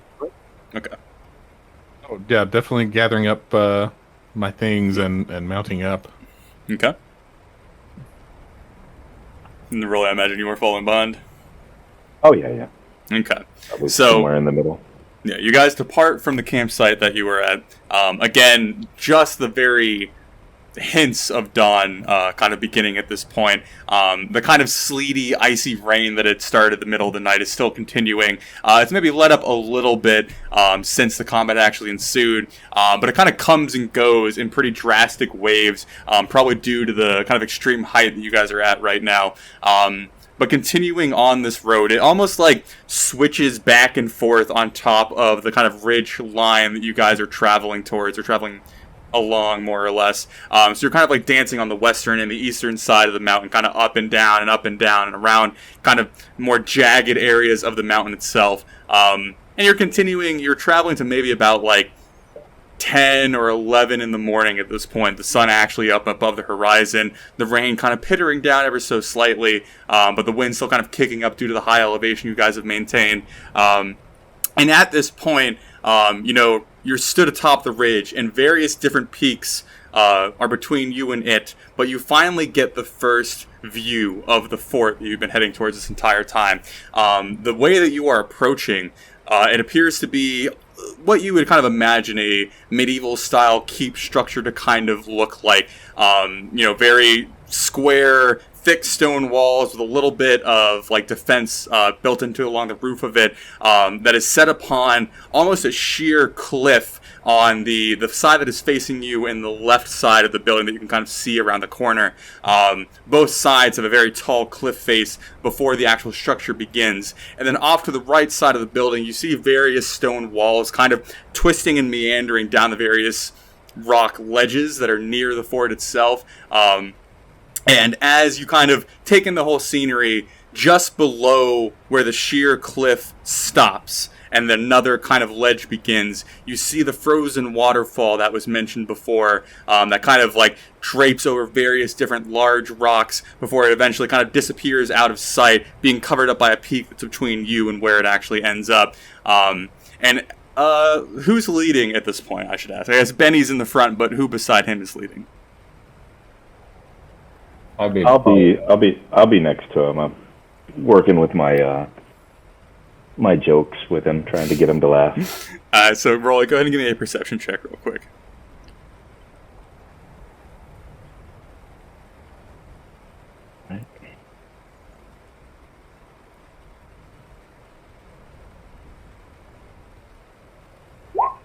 Okay. So as you're traveling, you're kind of pulling your eyes from the structure itself and down to the road that kind of leads up to it. You see right before the approach of the fort is a kind of drastic zigzagging road back and forth that kind of climbs the steepest part.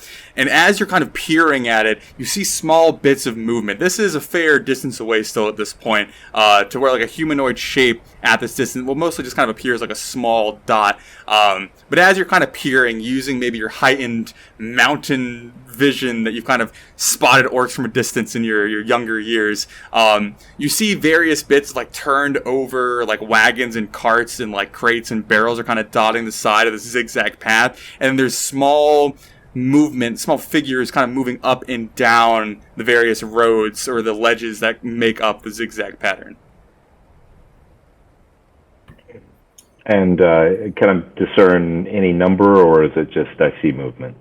You see maybe about like at least 10. It's kind of hard to keep track at that distance because they're kind of moving past each other and in groups, but 10 or more is your rough guess. Okay. I'd relay that to the group, what I saw. So if you guys kind of try and focus in on this, after it being pointed out by Rolly, Benny also taking the time to kind of see what he can see, some of you better than others would see the various shapes kind of moving up and down the zigzag path. Can we, this is completely out of character, but can we just acknowledge that Rob accidentally rolled a perfect roll on his guiding bolt? Nice. Yeah, sorry, I was fat fingers. Yeah, we'll save that one. Next time I cast a guiding bolt, we can just use that, right? Yeah, that's how that works. So do we see like a path that leads down to the waterfall, or are we not that close? So if you're actually trying to figure out the turn, like the bend in the road that Benny has mentioned a few times, so to try and help visualize a little bit better, the road kind of, back and forth, and right at the very end, before it begins to kind of wrap around the fort walls, the last bend that comes around this way, there's kind of a slope that's completely kind of smaller rocks, like bits of gravel and small boulders, that slopes down, and you see it sloping down towards where you would assume the end of the waterfall is, but there is a giant kind of mountain peak between you and that, but you assume that's kind of the bend and the path, more or less, that would lead you down to whatever the waterfall empties into. Does it appear that we would have to, like, sneak around? Like, is it close enough to the wall that we would have to sneak through? To help give you a better idea, the fort, again, you're kind of doing this from a fair distance, but to give you a better idea, the fort is like high up. It's higher than the ridge that you're on right now. It's kind of on the highest point in the immediate area so that it has the best vantage point. It's maybe like 200 feet above where you see the bottom of the waterfall disappear in your vision. So there's a big distance between where the fort is and where the waterfall would empty out. Okay, got it. I just didn't know if, like, the path that was leading there, we would need to, like, stealth through because, like, people could see or something. But that is what you guys can see as you kind of take a corner of the road. Valoran, I'm not sure if you're okay with this, but we may want to send a message back to Dragon Cliff. Would you be opposed to us putting it upon Belgree's saddle and sending him back? No, that's probably a good idea. I think we should let them know that we've cleared out a few of the gnolls and are almost to the fort. They should probably put some people to watch the road.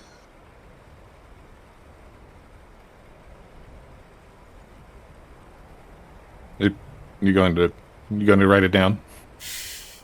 Yeah, no, anyone else want to add to that? I guess we could tell them that we're about to enter, and we will come back with, I don't know. We'll just come back. I think that's the general message, is we're going in and we're coming back. Gotcha. Fort penetration is imminent. We'll withdraw once finished. You're such a bitch.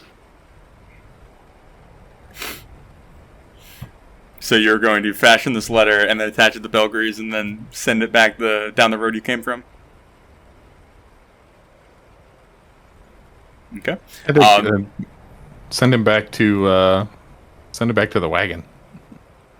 Okay, so we haven't really established how well Belgree's can take, not complicated orders, but like orders at this point. So would he be able to get to Adam if you told him to go to Adam? So I know that we kind of talked about not making him goofily magical. Yeah. But technically he understands common.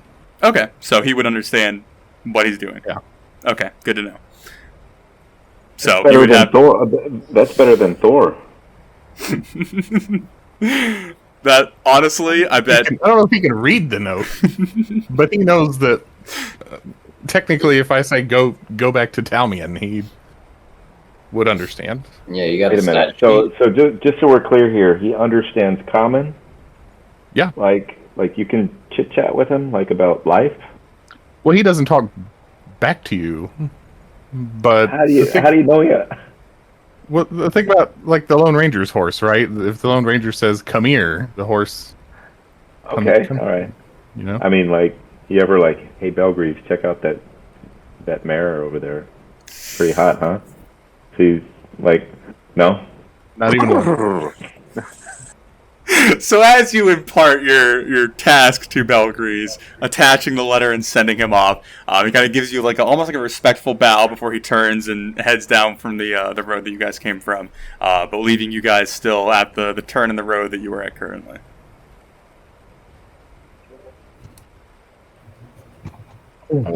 I would like to believe that I would start ritual casting Speak with Animals, and then by the time he left, it wouldn't matter. So I'd be like, never mind. Okay.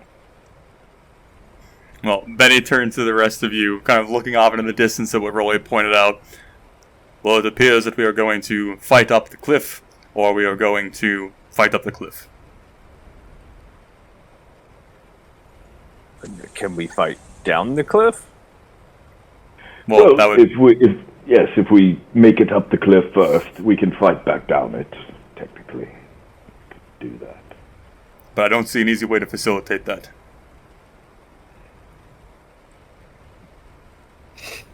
So onward we go, companions.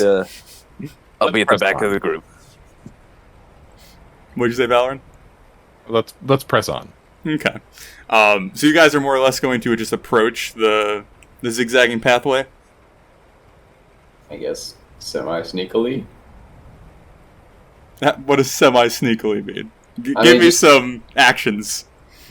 You know, just dodging into the rocks. If I see a guard go by, I'll try to, stick to the side. I'm gray, so I blend in, but I don't know, Rolly's shiny, Valorant's shiny. You guys are I'll take a few minutes to prestidigitate us to be grimy as hell. I'll be like, I'm sorry, Valorant, but this is for the greater good. Just dust him up. Okay. So you guys are going to, as stealthily as possible, get closer to the pathway. Potentially maybe gain more information. That's what I'm gathering? Indeed. Okay. Good stuff. Let me, okay, give me marching order real quick. I know Benny's in the front. Rolly, you said you were with him. Any other Dead last. things? No, you're last? I'll be behind Rolly and, what's his toes? Benny. Betty White. And then Jarek, you're in the middle, I suppose. Yeah, I'll be right in front of Valorant. Okay. So we'll make this relatively simple as I break my mouse. Okay. There we go. Good stuff. Okay, dokie. So go ahead and everyone give me a round of stealth checks. See how we land on that. Yep, gonna put an end to this right now.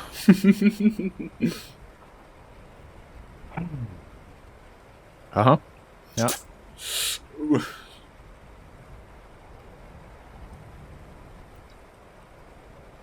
I'm going to average them out, so unless... Okay, hey, that's actually not that bad.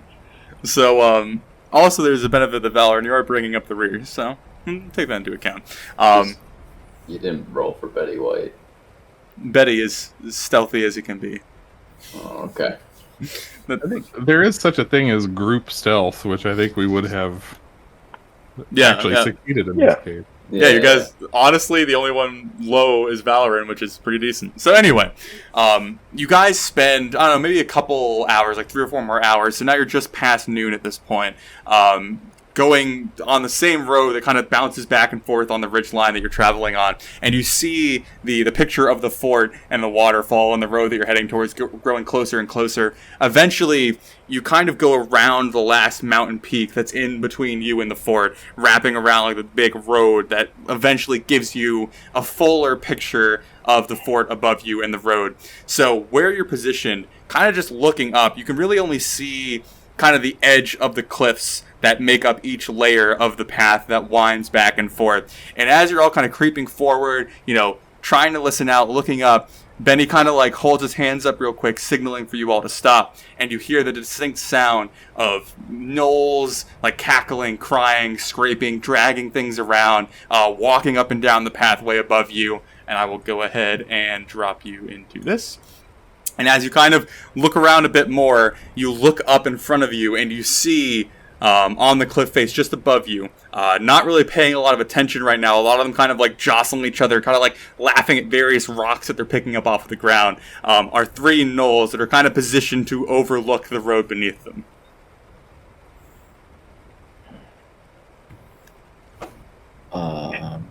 Stop. Okay. I mean, Benny already kind of told us to stop. We're stopped right now. Okay, stop. Oh, Jesus. Keep stopping. Hey. Yeah. Thor. Yeah. Can you climb up next to that tree and Yeah. see if you can lure them over here? I mean, I was And then gonna... throw them off. I was gonna do my whole shove thing, you know. I was gonna run up to the first one, shove him off, shove the second one off, and then fight the third one while you guys took care of the two. But I really wanted to check and make sure there wasn't, like, 8 up there. Alright, hold on. And can I try to climb up here? Yes, give me one moment. I'd like to help him. How? I just want to know. I'm gonna put my hands together like a little foothold, and then go down to my knee and just kind of hold it there because I can't lift you with my arm muscles, of course. But you can use my legs as support to push off. So I'll say with the tree roots and the boulder and Jarek, I'll give you advantage on the stealth roll if you want to. And as I notice that he's about to do something demanding, I would also walk over and give the boy guidance. Okay. Wait, so am I rolling? What am I rolling? Stealth or athletics? Go ahead and roll me athletics just to make sure you don't fall on your face. Okay, so just normal athletics. Just normal athletics. Well, I mean, you're not raging, so you don't get advantage, correct? No. Right? Yes, it's straight. Yeah. 22. Yeah, you're fine. So go ahead and roll stealth with advantage. Yeah. Yes. Fantastic. Oh wait, you gave him guidance, right? Yes. So that is 1d4. 14. Okay, 14. Okay. Are you climbing up all the way to the cliff, or are you looking over the edge?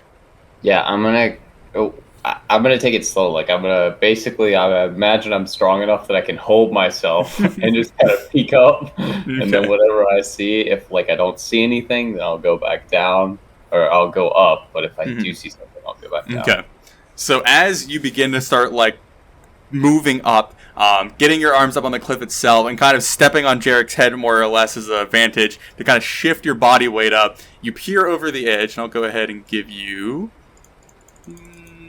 we'll say this. So you go ahead and peer over the edge, and you see what looks like freshly kind of demolished carts.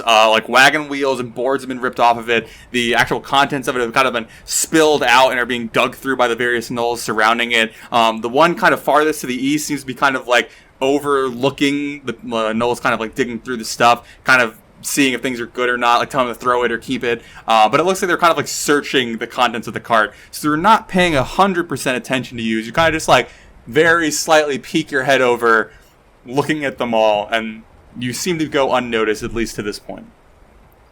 Okay, I would like to just kind of, I'm doing a pull-up, just go back down, and then relay this information as quietly as I can.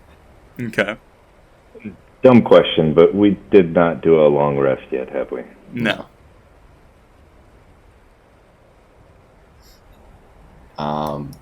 And assumedly the path curves to the right, back to the left, and then up.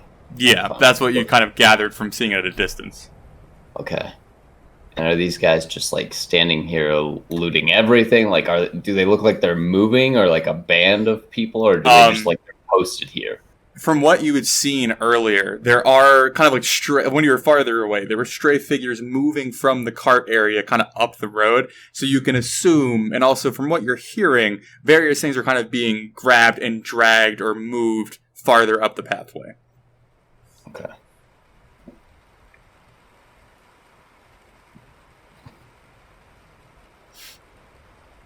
So Benny's just gonna, oh yeah, go for it.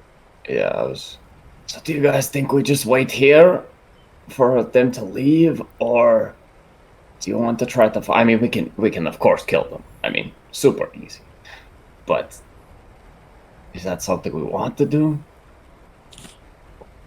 What if I throw a bunch of gold up there? JT, stop. Just stop. Just stop right now. I don't know what you're about to say. Just stop. It was a good idea, Thor. It wasn't.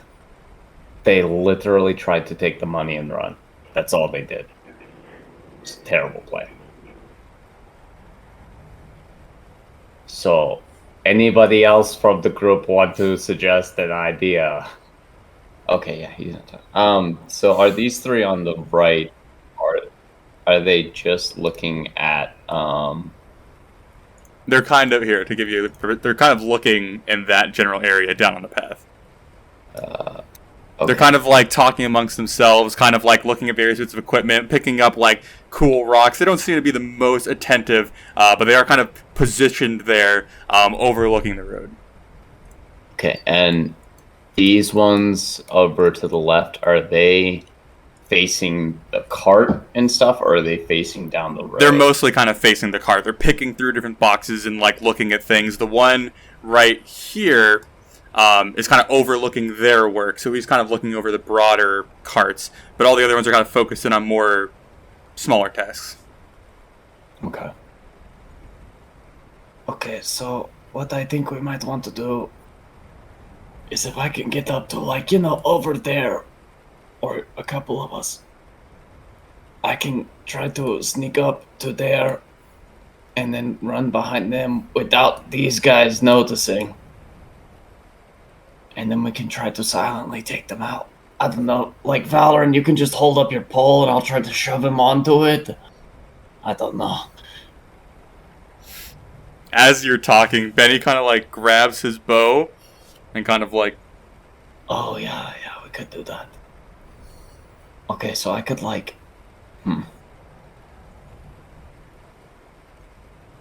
think we just unload them. What?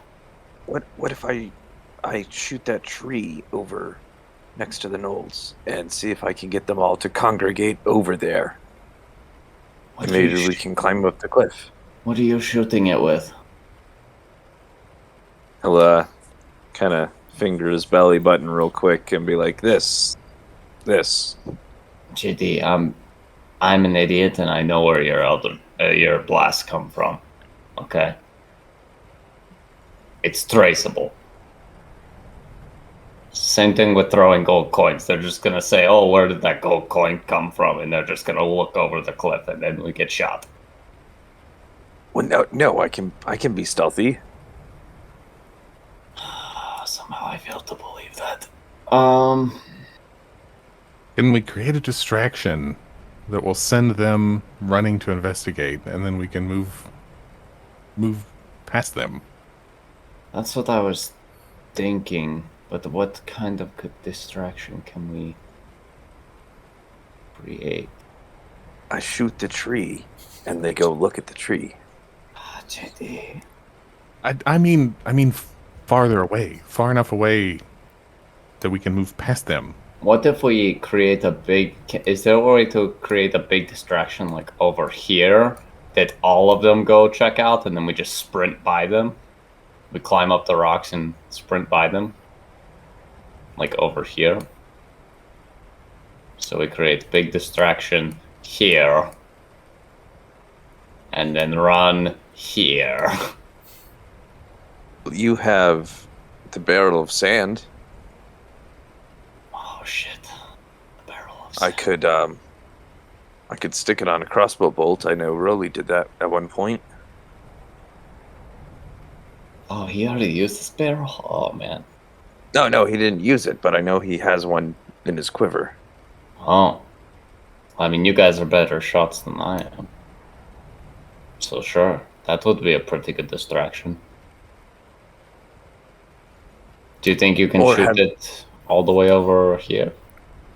Or have Benny do it, because he has a bigger bow than me. Not that that means anything. Benny just kind of like shrugs and holds his bow up. I mean, it's a better plan than I've heard from Rolly or anyone else, so... So Benny, like, steps forward to you, Thor, and you can tell that he is attempting to whisper, but he, like, physically cannot produce a whisper. So he's kind of just talking really bluntly into your ear. He goes, "If we shoot the rocks above them, then potentially it can cause more devastation that way." Okay. Yeah, you can stand like 5 feet back, but I don't know that the thing is to cause damage. I think it's more just to cause distraction. Distraction does not have to damage. But if you can do both, why not facilitate that? Okay, well, how do you say... Which rock face do we hit to damage them and distract them? Let me give you guys... Because you had seen the area from a distance, I'm going to give you a little bit more to work with, without giving you actual stuff. We'll see. So, that's kind of the mountain peak up and above them, with various different boulders and rocks, and where you can't see is kind of where the road goes. I don't want to reveal that quite yet, but you kind of understand the rough terrain. So there is kind of a bigger mountain above them that potentially could maybe do something. And then I'll go ahead and illuminate this. That is where the beginning of the path that leads down to the waterfall is, up in the northeast. So you roughly know where that is. Okay, so maybe we do this big rock over here, have these guys move there to say, hey, what's going on, and then we sprint around here and then try to climb up whatever's over here. Yay, nay, hooray. I need opinions. That might work. Well, it might work, but we're significantly at a disadvantage without taking so a I rest. have one that could work. Rolly, I need you to stop eating your bacon sandwich, and I'm trying to talk. I'm just messing with you, man. Valorant, yay, Go. nay, hooray. I'm for it. Okay, I got one hooray, one yay. Benny, Hooray. white. Okay, I got the 2 hoorays. That's enough for me. So I guess that will be the plan. And to shoot the same barrel up in the north above them. Is that the plan? Yes, like towards towards one of the rocks up there that looks like it could potentially like fall down. Okay. Maybe cause a distraction for these ones to go. Okay. And then if they don't leave and it just distracts these ones over here, I'm going to climb up here and attempt to surprise shove them off, and we will kill them accordingly. Can you guys hear me? Yeah. Okay. So I'm sorry. In the midst of all that, I was trying to make my opinion known that a rest would be a better idea for this big of a group, for me particularly. But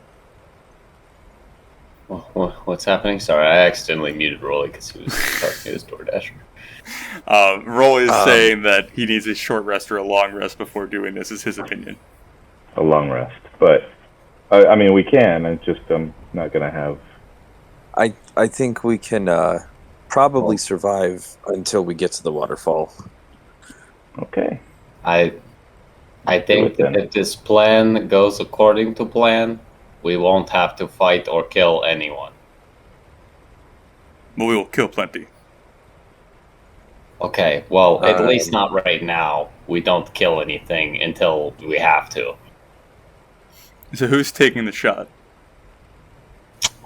Who's the best shot? Benny, because his bow is the only one that can reach, I believe. Okay. Sure. Okay. Benny. Okay.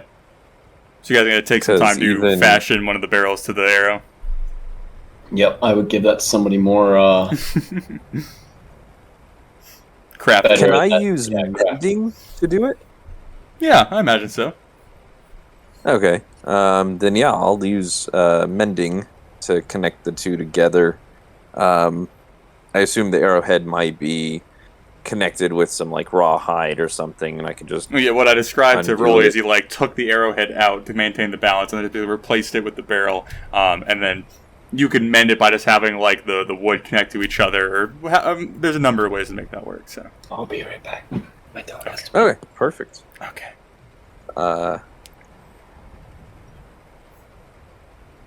and I'll go ahead and slap Benny on the ass and be like, "You got it, champ," and give him some bardic inspiration just in case.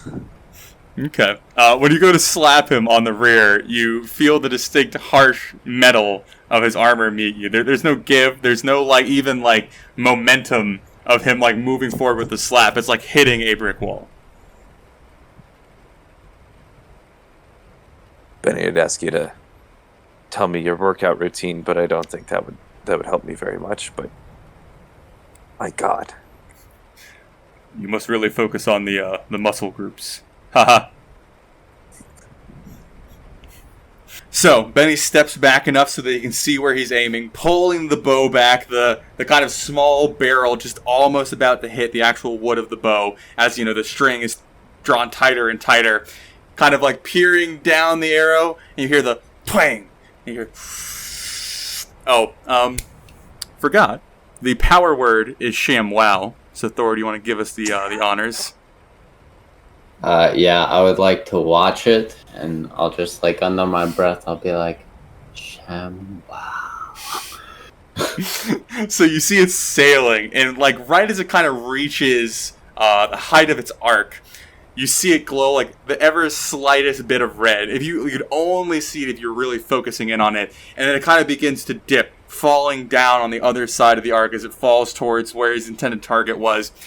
And as the arrow collides with the mountain up high above the carts, you hear this incredible bang with all of this harsh debris flying into the air, huge dust cloud of storm and sand and snow, kicking up into the air as a bunch of the rocks that were kind of not precariously perched, but, settled on the actual slope of the mountain, begin to kind of tumble and roll, hitting each other as they collide and bounce down the mountain in almost slow motion. These big thunders, boom, boom, boom, and then, followed by the small, clattering of the smaller rocks of, hopefully that picks up on my mic. We'll go with a yes. Okay. As, the majority of the mountain face, not the mountain face, but the peak that's kind of above them, begins to descend upon the Gnolls, all of them kind of looking up in their various stages of whatever they were doing, as an basically landslide avalanche mixture begins to descend upon them, their eyes going wide, half-baked screams kind of leaving their mouths before you see a tremendous metric ton of earth just collide over the carts, rolling over them, causing wooden splinters to fly everywhere, Gnoll bodies being flung beneath the earth and kind of dragged across the ground. The three that are kind of to the right of you, immediately, all our focus is that way, and you see a couple of the bigger stones begin to kind of roll over the cliff face above you, kind of hitting the ground, various small parts around you, having caused the avalanche. You're able to kind of foresee this outcome, dodging the majority of the debris, a lot of the smaller rocks kind of hitting the top of your head, bouncing off your various shoulders and whatnot, as you basically see a tremendous amount of the mountain kind of covering up that side. So to give you a idea of what has happened, basically here is now covered in rocks, difficult terrain, snow, all that kind of stuff. And the Gnolls that we're watching have now moved over to here. You can hear them, because I imagine you're not looking at this point right now, but you can hear them all running over to the area as the land kind of starts to settle down. Benny just kind of turning to you and goes... So in that moment when I see them start to, go that way, that would be the point where I'm like, okay, we go. And we will try to sneak around here. Okay. I'm going to say if you're, doing this while the, avalanche is happening, you'll just succeed on stealth, because there's just no way you're going to be heard over the avalanche. Okay. So. And then, if possible, I'm just going to move my character way far up. Over here, if I can kind of do the same thing. Okay. I just wanted to peer up and make sure there was nobody there before we ran around.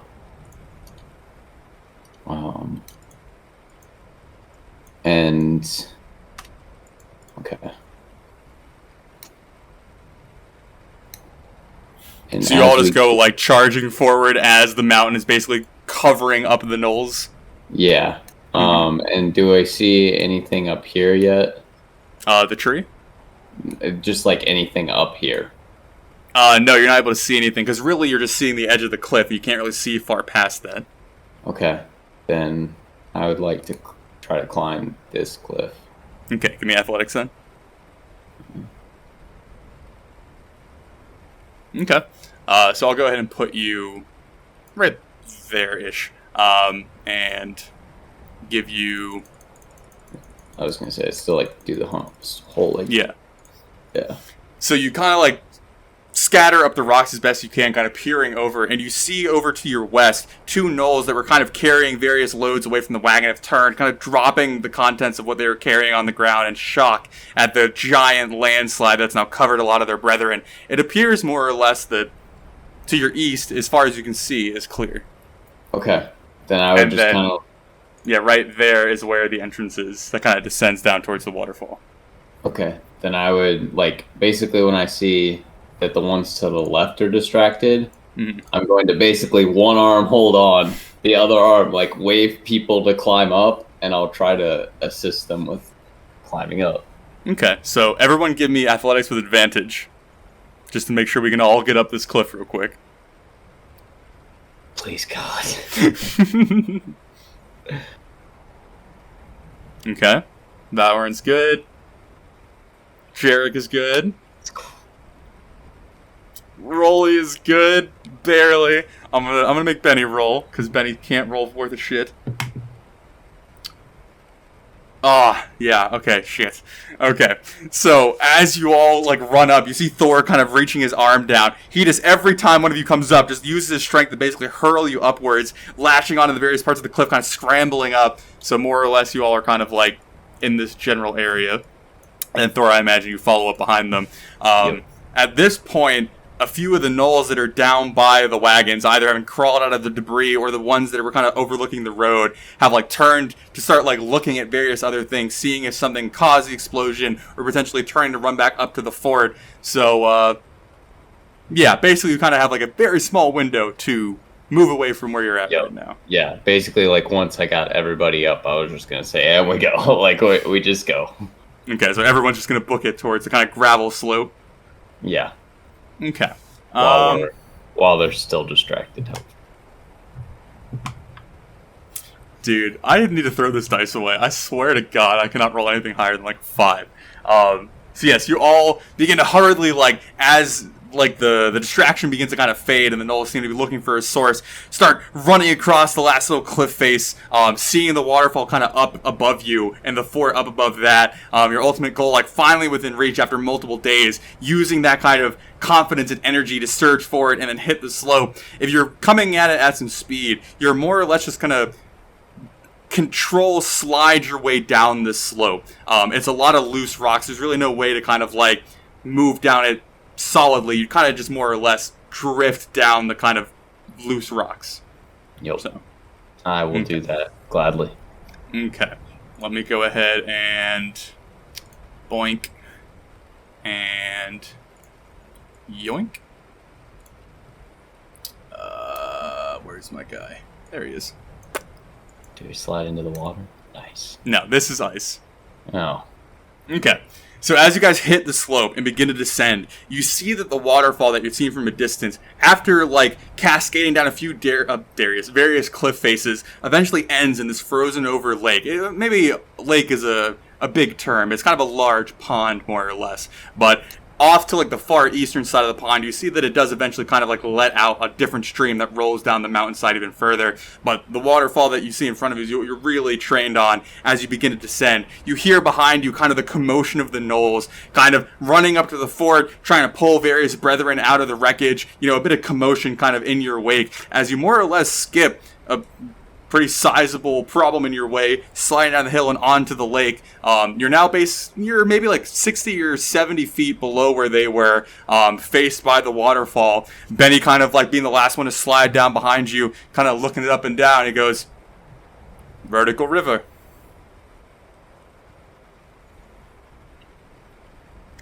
Very good, Benny. Yep. Is this the entrance that we're looking for?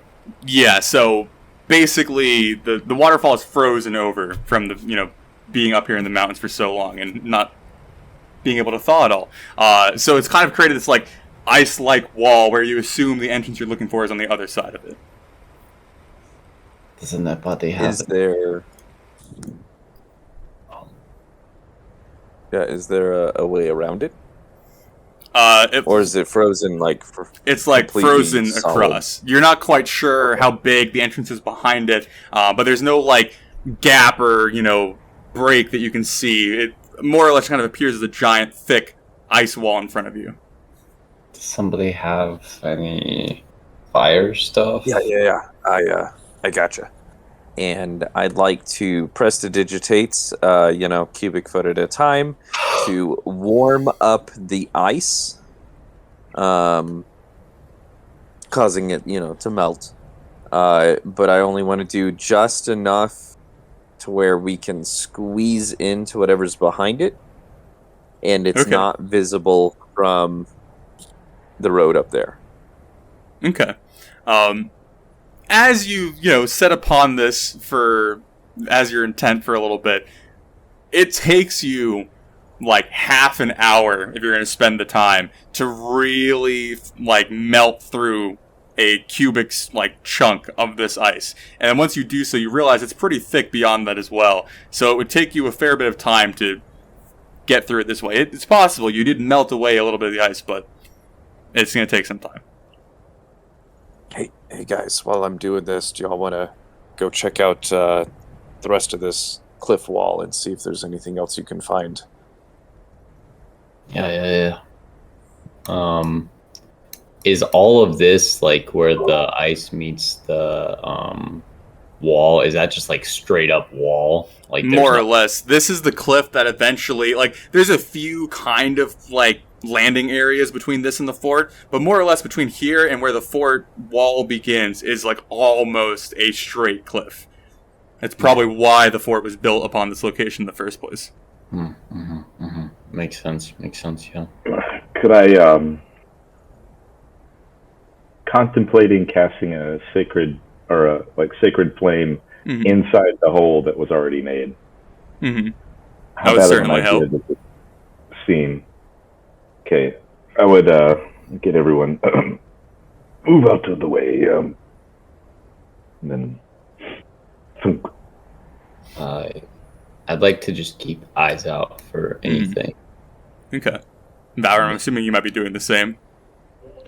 I actually want to examine the structure that we are in and see whether we're in danger of bringing a slide down on our own heads. Okay, well, right above you, the section of the waterfall that you're kind of actively messing with probably extends about 80 or 90 feet before it kind of hits one of the like landings that's like bouncing off of, more or less. So that's the part of the waterfall you're messing with. And the cliff on either side is about that height as well. There's a lot less loose rocks on these cliff faces because of how steep they are. They look like, much more like straight hardened stone. So that's more or less kind of like what you're faced with. So when I cast Sacred Flame, what does it do? Basically, it would just help facilitate warming up the ice a bit quicker. So if Jarek and you were both working at it, it would just speed up the process a little bit. Okay. I mean, I could aid him in the process, or help him, or ease his way, expedite. I could further his endeavors and promote that activity, or I could facilitate it. Yeah. So once that gets, like, as they start making some headway, I wonder if I can just take a javelin and start like picking at the place where they are working and see if, between picking and heating, if we can get through this thing quicker. Okay. Thor, give me a perception check real quick. Yeah, because I don't want to get killed by something that isn't a gnoll out here. Okay. So as your party members begin to kind of descend on the ice, various, hacking and blowing and heating on the kind of soft spot that they're creating, you're looking up like past where you guys kind of slid down. You can still hear commotion going on. Probably more gnolls are in that area than initially that you'd seen, like probably like people coming to help drag people out of the rubble, that kind of stuff. So you hear a lot of commotion, and every so often you'll see like the top of a gnoll kind of running by. You just kind of glimpsing the edge of him. They're definitely not like looking this direction or really caring about much else besides the rock slide that was caused by you.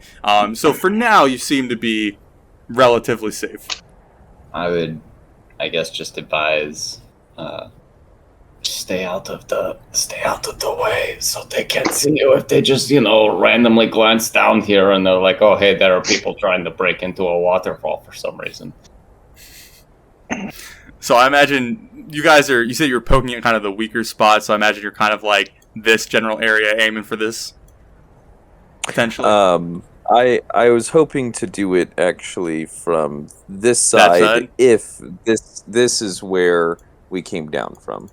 Yeah, you came down from the west, so. Okay, perfect. Okay, yeah, I just want to make sure it's on. That way, when we slip in, they don't see a hole in the ice. Gotcha. Okay. Is this like just a giant piece of ice? Yeah, it's just a little bit of texturing, basically. Okay. Well, I was gonna say if it's like something to hide behind, I just kind of like hide behind try to hide behind something. No, when like snow kind of collects on top of a pond and kind of creates a more solid thing. That's kind of what that is. So. Okay, gotcha. But, well, I'll just keep an eye out.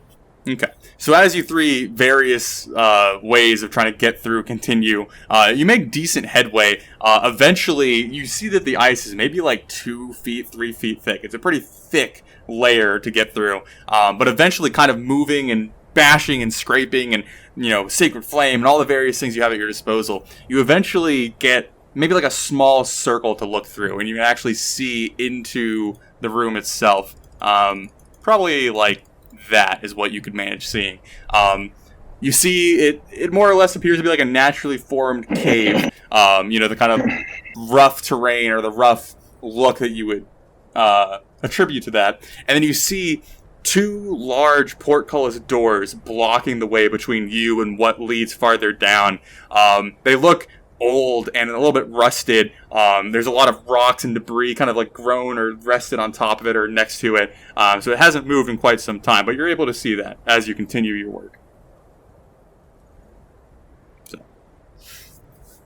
All right, guys, I think we're almost through.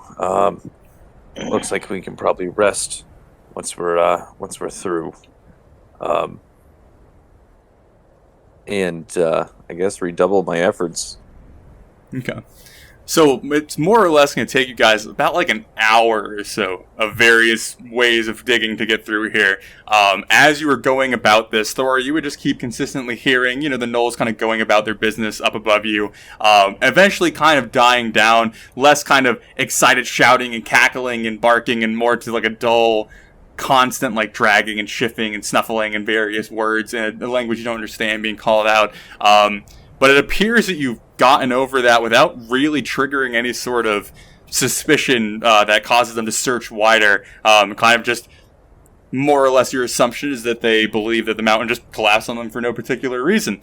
But eventually you guys do break through enough, maybe like a 3 or 4 foot tall hole, maybe like 2 or 3 feet wide. So it's going to be like a little wiggle to get through, but enough that you finally can potentially wiggle through it and get inside. Start shoving people through. Alright, so I'm assuming everyone's going to step in. Thor, are you stepping in as well? Yeah, I'd just like to be the last in since I'm like the lookout. Okay. Just to make sure nothing's following us. Okay, let me go ahead and give you guys... Oh, wait, I need to do something real quick. Okay. So everyone give me a perception check real quick. Would mine be like disadvantaged because I can't see in the dark? That is true. I guess Rolly would be the only one giving me a straight perception, if you would like.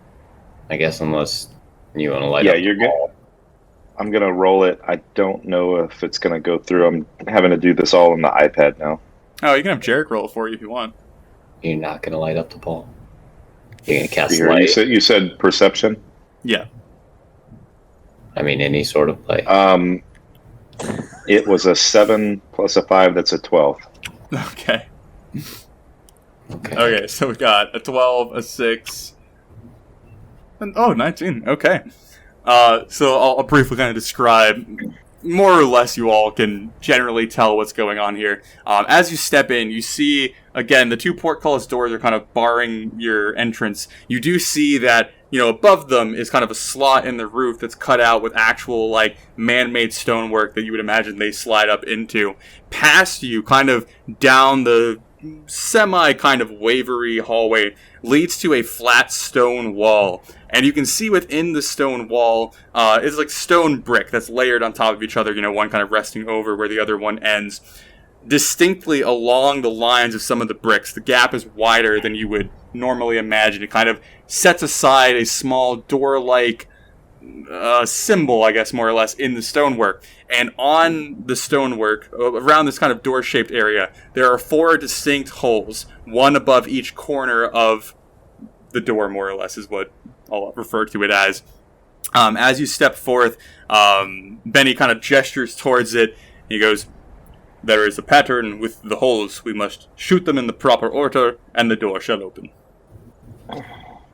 Is this dwarven work, or is this who built this? You would just assume it's basically just kind of generic, man-made stonework. There's nothing special or identifiable about it. It just appears to be. Is it stone wall? So with stone cutting, is there anything that I might be able to discern about the pattern? Like the pattern of the bricks? Yeah, like if there's a certain pattern that we have to like shoot things in. Well, there's the 4 holes, which is what Benny is referring to as far as like shooting in the proper order, and then the actual bricks themselves. There's like a cluster of them that the outline of which is wider than the other bricks, so it like symbolizes that these bricks shift in a uniform manner to make a door, like a hidden door in the wall. If that makes sense. And that's not to raise these gates, right? That's just to open a door? As far as Benny has told you, yes. Okay. Alright, well, let's solve one problem at a time. We have the doors in front of us, then we have the other door. I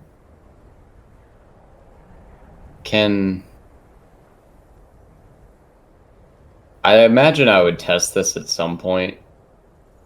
Can I send Carl somewhere that I can't see and he reports back to me with what he's seen? You could try it. Well, I'm just saying, I imagine I would have tested this at some point. Yeah, if you tested it, more or less you could perform that function. Okay. I just want to send him to see if there's anything that opens these gates. Like, that we're not seeing. Or if we can see this whole thing. I don't know. Okay. You can more or less see the immediate area in front of you. Like, you can see where the wall is kind of connected with the floor and whatnot. There isn't anything that really stands out to you that you would like see like a lever or switch or a button. So I'm going to go ahead and roll perception for Carl. That goes extremely well, as it does per usual. So you're going to send him through... Sorry, yes. You're going to send him through the portcullis and kind of like dig around, see if he finds anything? Yep. Okay. So is this... one second, let me just make sure. Okay. So as you send Carl through the portcullis, he kind of has to like slide through one of the holes. These holes being pretty small. It's not like vertical holes. They're like square uniform ones. They're maybe about 2 inches by 2 inches wide. So you kind of send him through one of those, and he's like kind of walking around in the small area between this and the wall, looking around, like the weight of the head kind of like dragging his neck back a little bit.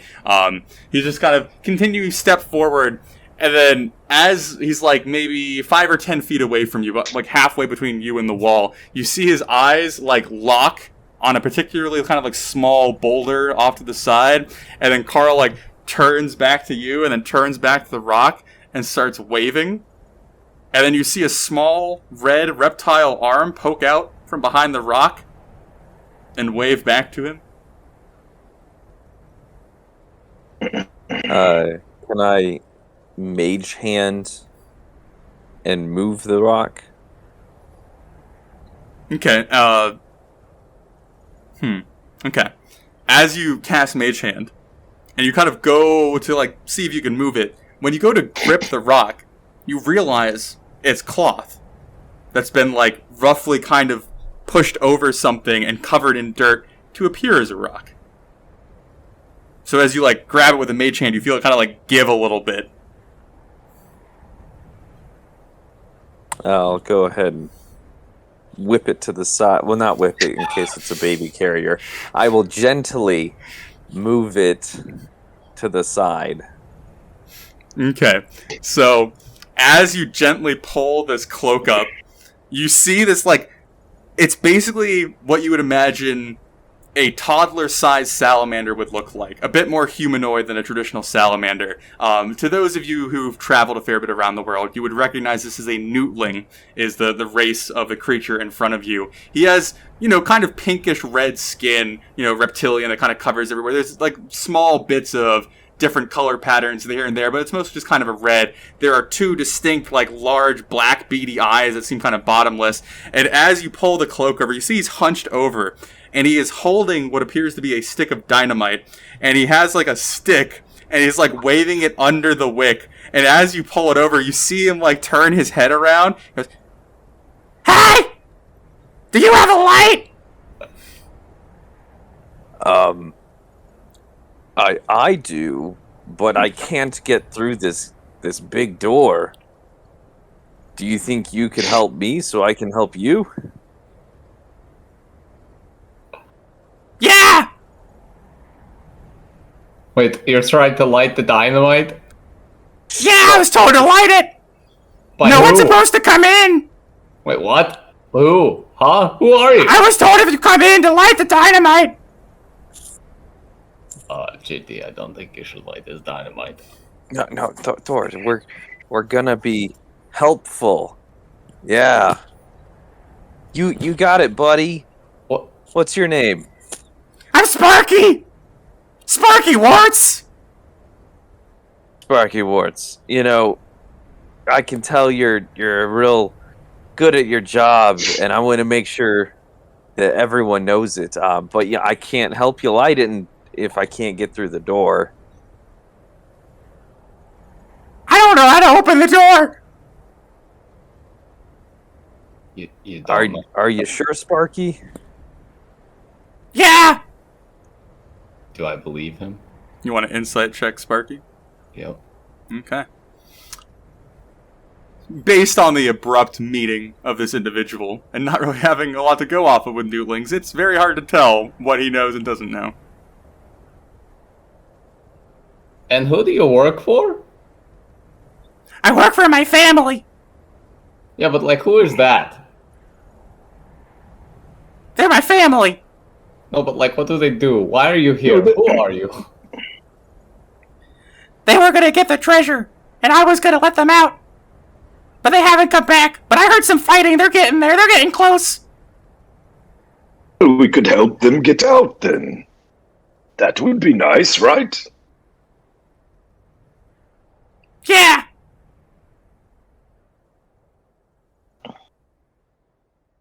So who has a light? So at this point... How did you get there, Sparky? I was put here by my family. Yeah, but like, how did you get between this thing and that what appears to be a door in the wall? They put me in here as a baby. How old are you? How long ago was that? Couple days. I don't know. What have you been eating? Bugs. Where have you been making the doo-doo? You're standing in it. At You this should point, let us through and we can help you clean up and... At this point, he begins to approach you, and now that he's like walking towards you in the light from the hole that you created in the waterfall is kind of giving you a bit more detail, you realize the dynamite he is holding is basically deteriorated in his hands, where like the paper had once been, it's like moist and wet and disintegrated. The wick is like barely hanging out of this like obviously wet gunpowder that he's holding in his hands. It's basically like a 7-day-old egg roll that he's holding as he like walks up to you, clearly not aware that it's not still a functioning stick of dynamite. I'd like to pull Valoran to the side real quick and just kind of whisper into his ear, Valorant, is there any way you could maybe command him to do something or influence? I can charm him to be friendly, but I'm not sure if that'll force him to help us. Can I attempt to lift the portcullis? If you'd like. Yeah. Upon recognizing what dynamite looks like, yeah, feel a little better about not dying today. Okay. So go ahead and roll athletics then. Athletics? Okay. Mm-hmm. Yikes. After the tiresome journey that you have gone through the past couple days, giving it a good effort, it does not budge. Rolly, can you help me? Off I go to help him. Okay. Valerie, are you reply to Jarek at all? Come on, Jarrett, get over here. It's time to exercise. No, guys, stop making so much noise. Valor, do you think you got a way to help me? What do you want him to do? I don't know. I've heard that there's magic that can make people do stuff. I understand, but what? Well, I don't know. If you maybe tell him to open the door, he'll be compelled to do so by any means necessary. I'm not sure that he knows how. So Valor's going to move over to the gate, and while they're trying to lift it, just start talking to him and just, hey, you're a little champion, aren't you? I never expected to find somebody like you down here. Why don't you just wait right there? We're gonna try to get this door open and help you. Everything's gonna be fine. You're gonna see your family. Don't you worry, okay? Just sit tight for me. Nice. So as you come to the gate, Thor and Rolly beginning their attempts to lift it up, you see Sparky is genuinely concerned about them trying to lift it, kind of like re-gripping the dynamite, a little bit of gunpowder kind of slipping from his fist as he's like watching them kind of scared. And as he hears you begin talking, you slowly keep drawing more and more of his attention, and you see that he gets a little bit more at ease. He turns to you, he's like, "I'm really tired of bugs. I really want to leave, but I was told to stay." Do you like bacon? "What's bacon?" Oh my god. Here. No, Rolly, you gotta help me with the Yeah. And I take a bacon. I still have a bacon sandwich left, don't I? Yeah, I imagine so. I mean, you had 12 of them. You should still have some. Here you go. It's a little bit not fresh, but I don't think you'll mind. I'll toss it to him. You see him catch it in his That- free hand. That was made by one of the finest chefs in this area of the land. You see him bring the bacon up, and you see this serpent-like tongue flick out of his mouth, kind of lashing along the meat a little bit, and he sticks it in his mouth, like a toothy, naughty munching, where he's not quite used to chewing on anything besides bugs. He's like, Yes. Oh boy. Okay. Alright, hold on. I'd like to do two things. I'd like to investigate the rocks around the portcullis to see if there's any type of maybe hidden levers, secret options, and then use my mage hand to check the other side within that alcove. See if there's anything else I could find. Sort of squatted down to be on closer to Sparky's eye level. Mhm. As they're doing this, Valoran looks up and he says, I was toward the back, so I'm not certain, but is this not the thing that Benny said we opened by shooting the holes? no, Or is that the stone door in the wall is what he That's- referred to. It's the other thing that's over there. See, we're trying to get through right here. And the other thing's right there. Just And just I'd like to cast detect magic just at a level 1. So okay, various things are happening. Let me go through one. As you guys are all kind of descending on the door, and Valor, and you're kind of re-asking like what's going on. Benny's like reaching in like a pouch by his waist, and he pulls out what appears to be like an octagon-shaped coin. Yeah, actually, some of you might be aware of this, but I'll let you guys kind of decide. More or less, it's kind of like what dog tags are for the military organization that functions within Giles' kingdom. They're unique to each person, kind of like identification numbers or symbols on them to see like what, group they're with or what squadron they were with, that kind of thing. And he pulls this out, and he's like, "Oh yes, I was told to use this to open one of the doors." And he like holds it out in front of you all. Benny, what the fuck? Benny, are you freaking serious right now? My mind is not what it used to be. It's obviously not in your head at all, but thank you. Better late than never. Oh, jeez. Do we see a place where that could go? So, Jarek, as you are investigating, you're looking through, like, kind of around the bottom of the door, right? More or less on either side? Yeah, the bottom, the sides, wherever I think that something might be hidden. Okay. Give me an investigation check, then. And then, Rolly, you cast Detect Magic, correct? Mm-hmm. So, as you cast Detect Magic, glancing around your immediate area, you see, after you, like, have the vision overlay that Detect Magic gives you, you see a circular black bubble around the stone doorway set into the wall that is this, like, black void that you would be familiar with as, like, a, more or less like an anti-magic zone. Like, it's so repellent of magical energy that it, like, blocks your vision completely, and this surrounds the stone door set into the wall. I cast a spell magic on it. Okay. I'll get back to you on that. I need to look something up. So, Jarek, 19, was that your lucky die?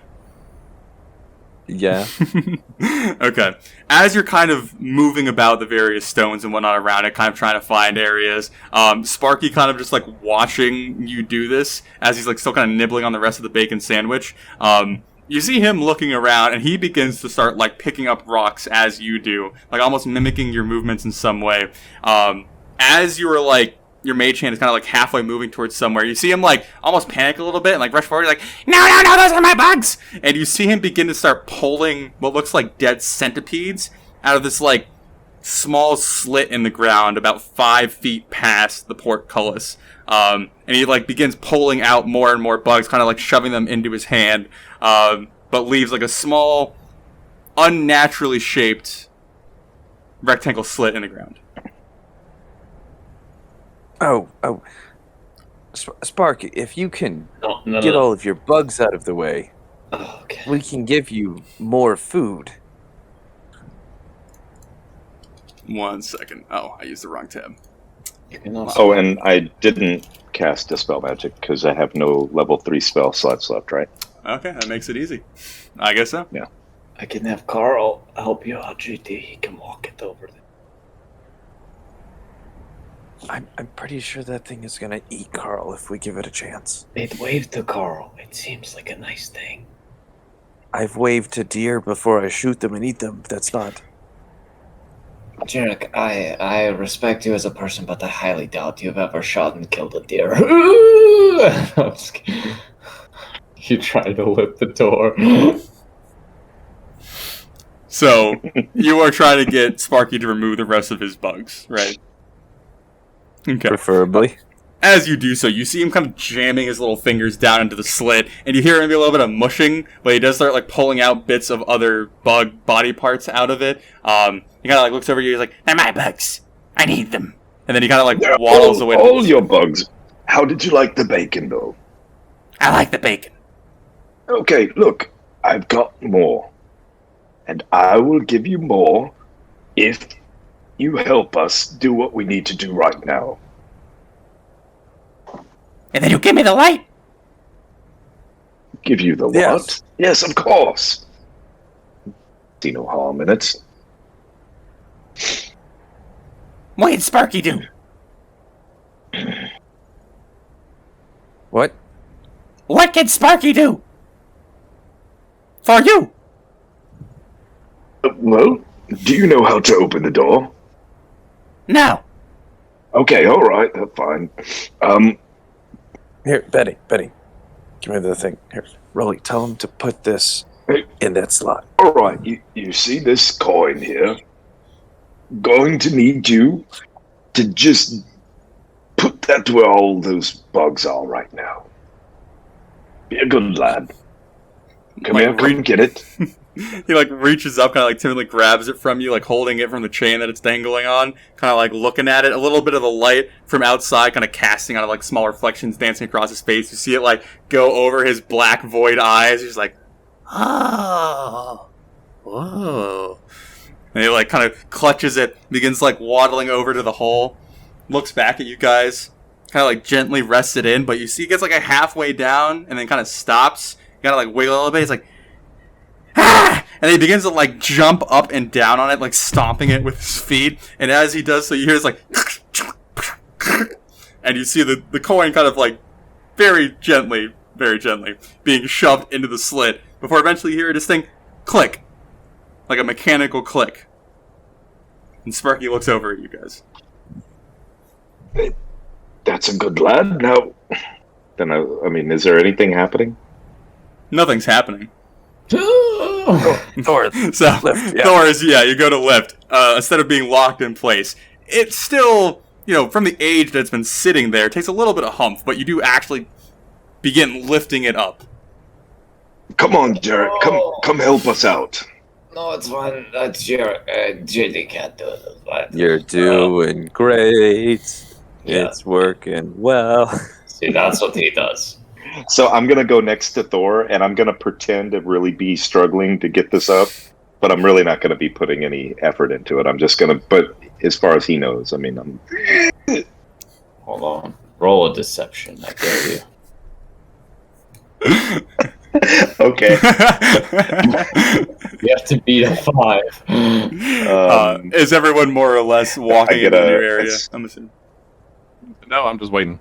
Oh, okay. I'm just watching. That's a +1. So let me see here. Please just roll like a 3. Come on. I do a 20. I've had luck before. Sorry, that wasn't my roll. I'm trying to do a +1. Here we are. It's okay. Either way. Either way. It's all There good. we go. They all work. There you go. All right. Even better. Whatever. But yeah, so now Thor has the gate halfway up. Rolly is pretending to help him. Yeah.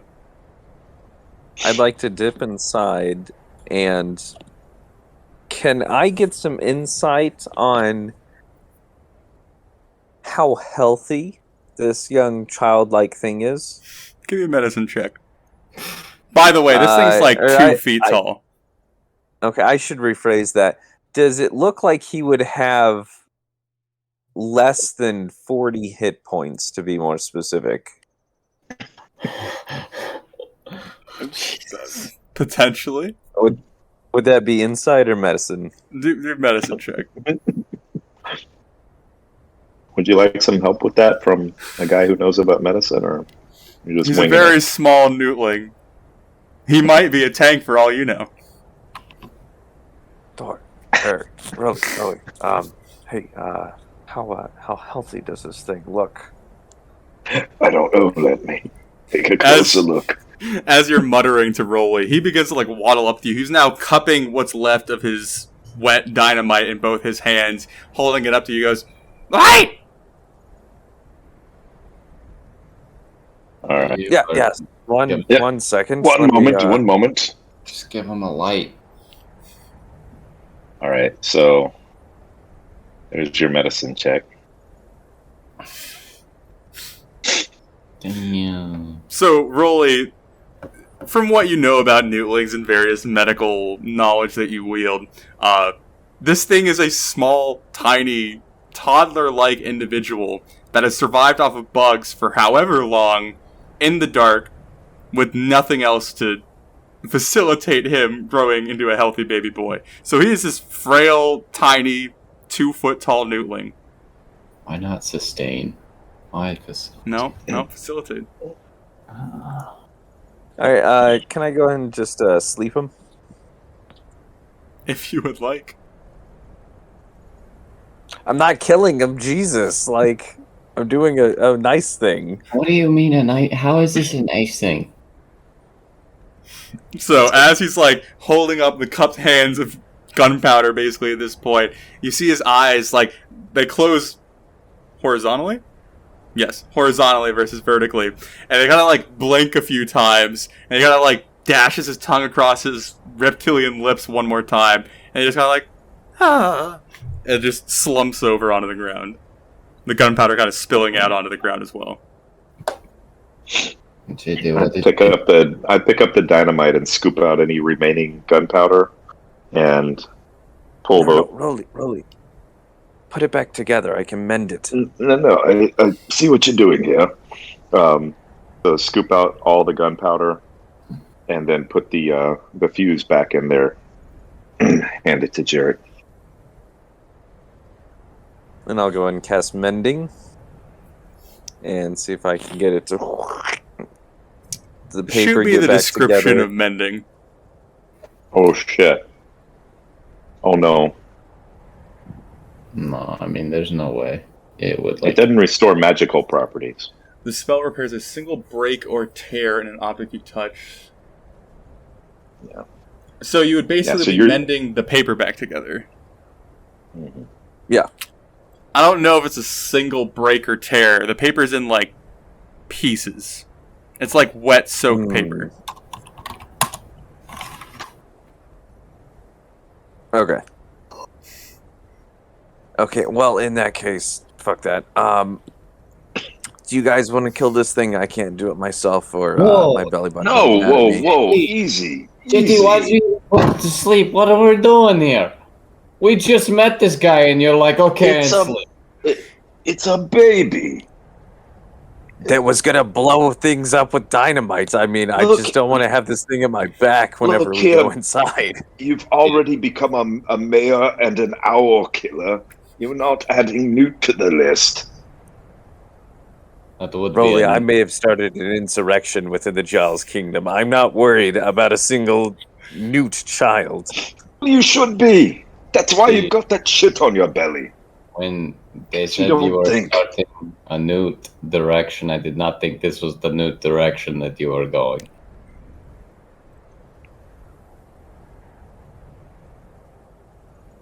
Valorant. Valorant, a little help here.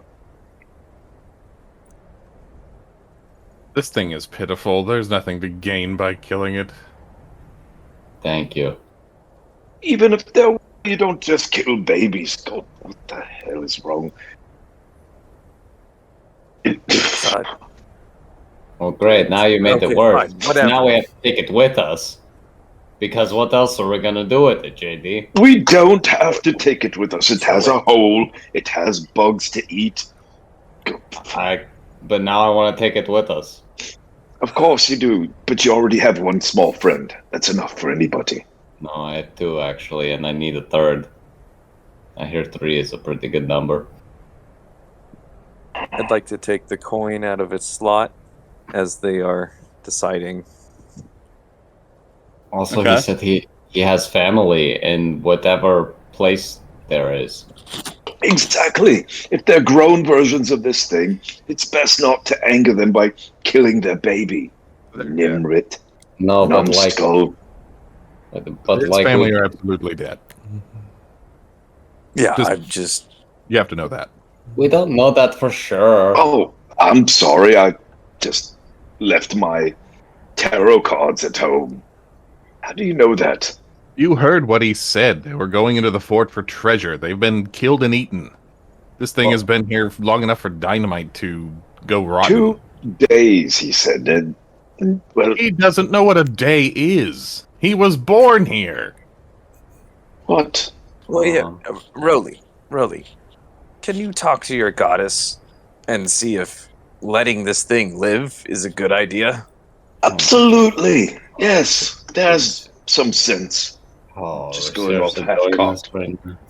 Okay. So I take can I go ahead and- my flask out and go through the ritual of augury and dip my finger in it and mutter the incantations. And as I take my swig of it, how does it taste? Considering A ritual is a minute or 10 minutes for this. 10. Okay. As you are doing this, Benny is gonna step through the argument over the newtling and just walk up to the stone door and start poking his arrow into the different holes, and you hear a click, click, click, click, and then you hear a ton of mechanical shifting,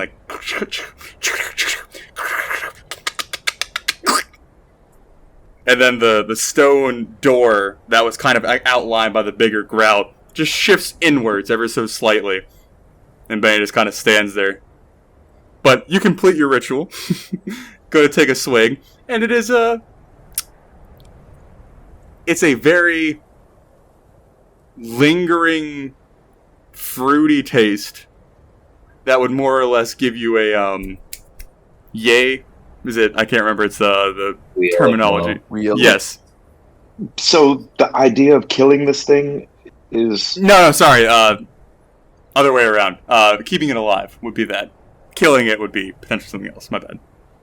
You will not harm a scale on this little baby's head. Do you understand me, Jarek? Point of order, doesn't sleep only last a minute? It does, yes. That is very true.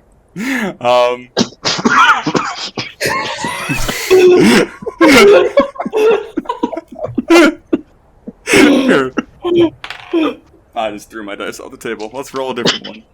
Oh, jeez. As you're all bickering and Rolly is casting his ritual, you see the limp form of Sparky begin to stir. Thor, are you still holding the portcullis up at this time? Yeah, I guess. Okay. You see him... Did all of us make it through? Valorant hasn't said that he's gone through it, but everyone else has, so... Okay, Valorant well, has gone through. if everybody's gone through, then I would have just lowered it because we're not leaving that I know of. Okay. So as you lower it, you see Sparky's semi-limp form begin to start crawling towards it, trying to stay stealthy, but there's no room to move in this cave with you all in it, and so he's kind of crawling over your guys' various feet, trying to get towards the portcullis without saying anything. Hey there. We see you. You can stop sneaking. Sparky, come here. I promised you another bacon sandwich and you'll have it. You kind of he sees one eye that's kind of the side of his face peek around and look at you, kind of darting around a little bit to the various people. It's where's my dynamite? Pick it up off the floor and hand it to him. It's right here, and well, yeah, and is there a stick or anything around? Maybe not a stick. Any sort of debris. Like a rock? Yeah.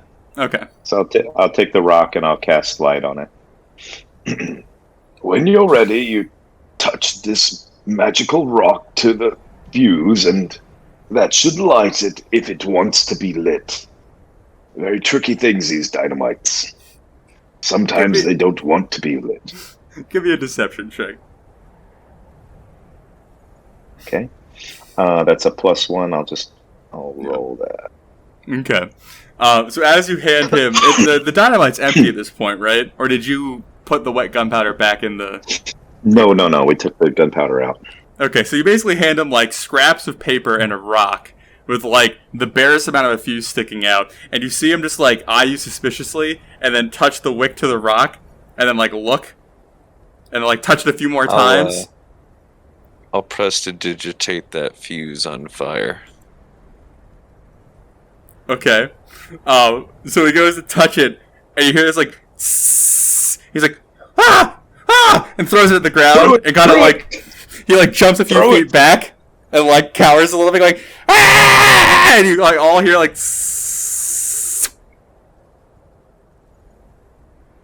Well, You did it. All right, looks like he served his life's purpose.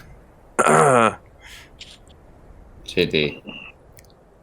just stop, please. I don't know what you're trying to do with this little thing. If it's like the next thing on your hit list, I just need you to stop. I don't know what it is.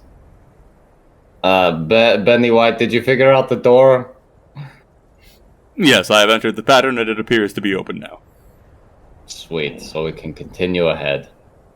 Little slimy thing, if you want to follow us, you can. This is Carl, by the way. And we're moving on. I'm moving on. I'm done. I'll throw some light on Thor's chest piece. Okay. So he has the ability to see. I'll dispel light on the rock that he was using to light. I'm tired, man. So the party is going to proceed through the door, potentially. That's kind of what I'm gathering. Yeah, is he coming with us or what? Oh, we'll find out next episode. Hey, I'm also checking for traps. You know, So, Jarek, you took the coin, correct?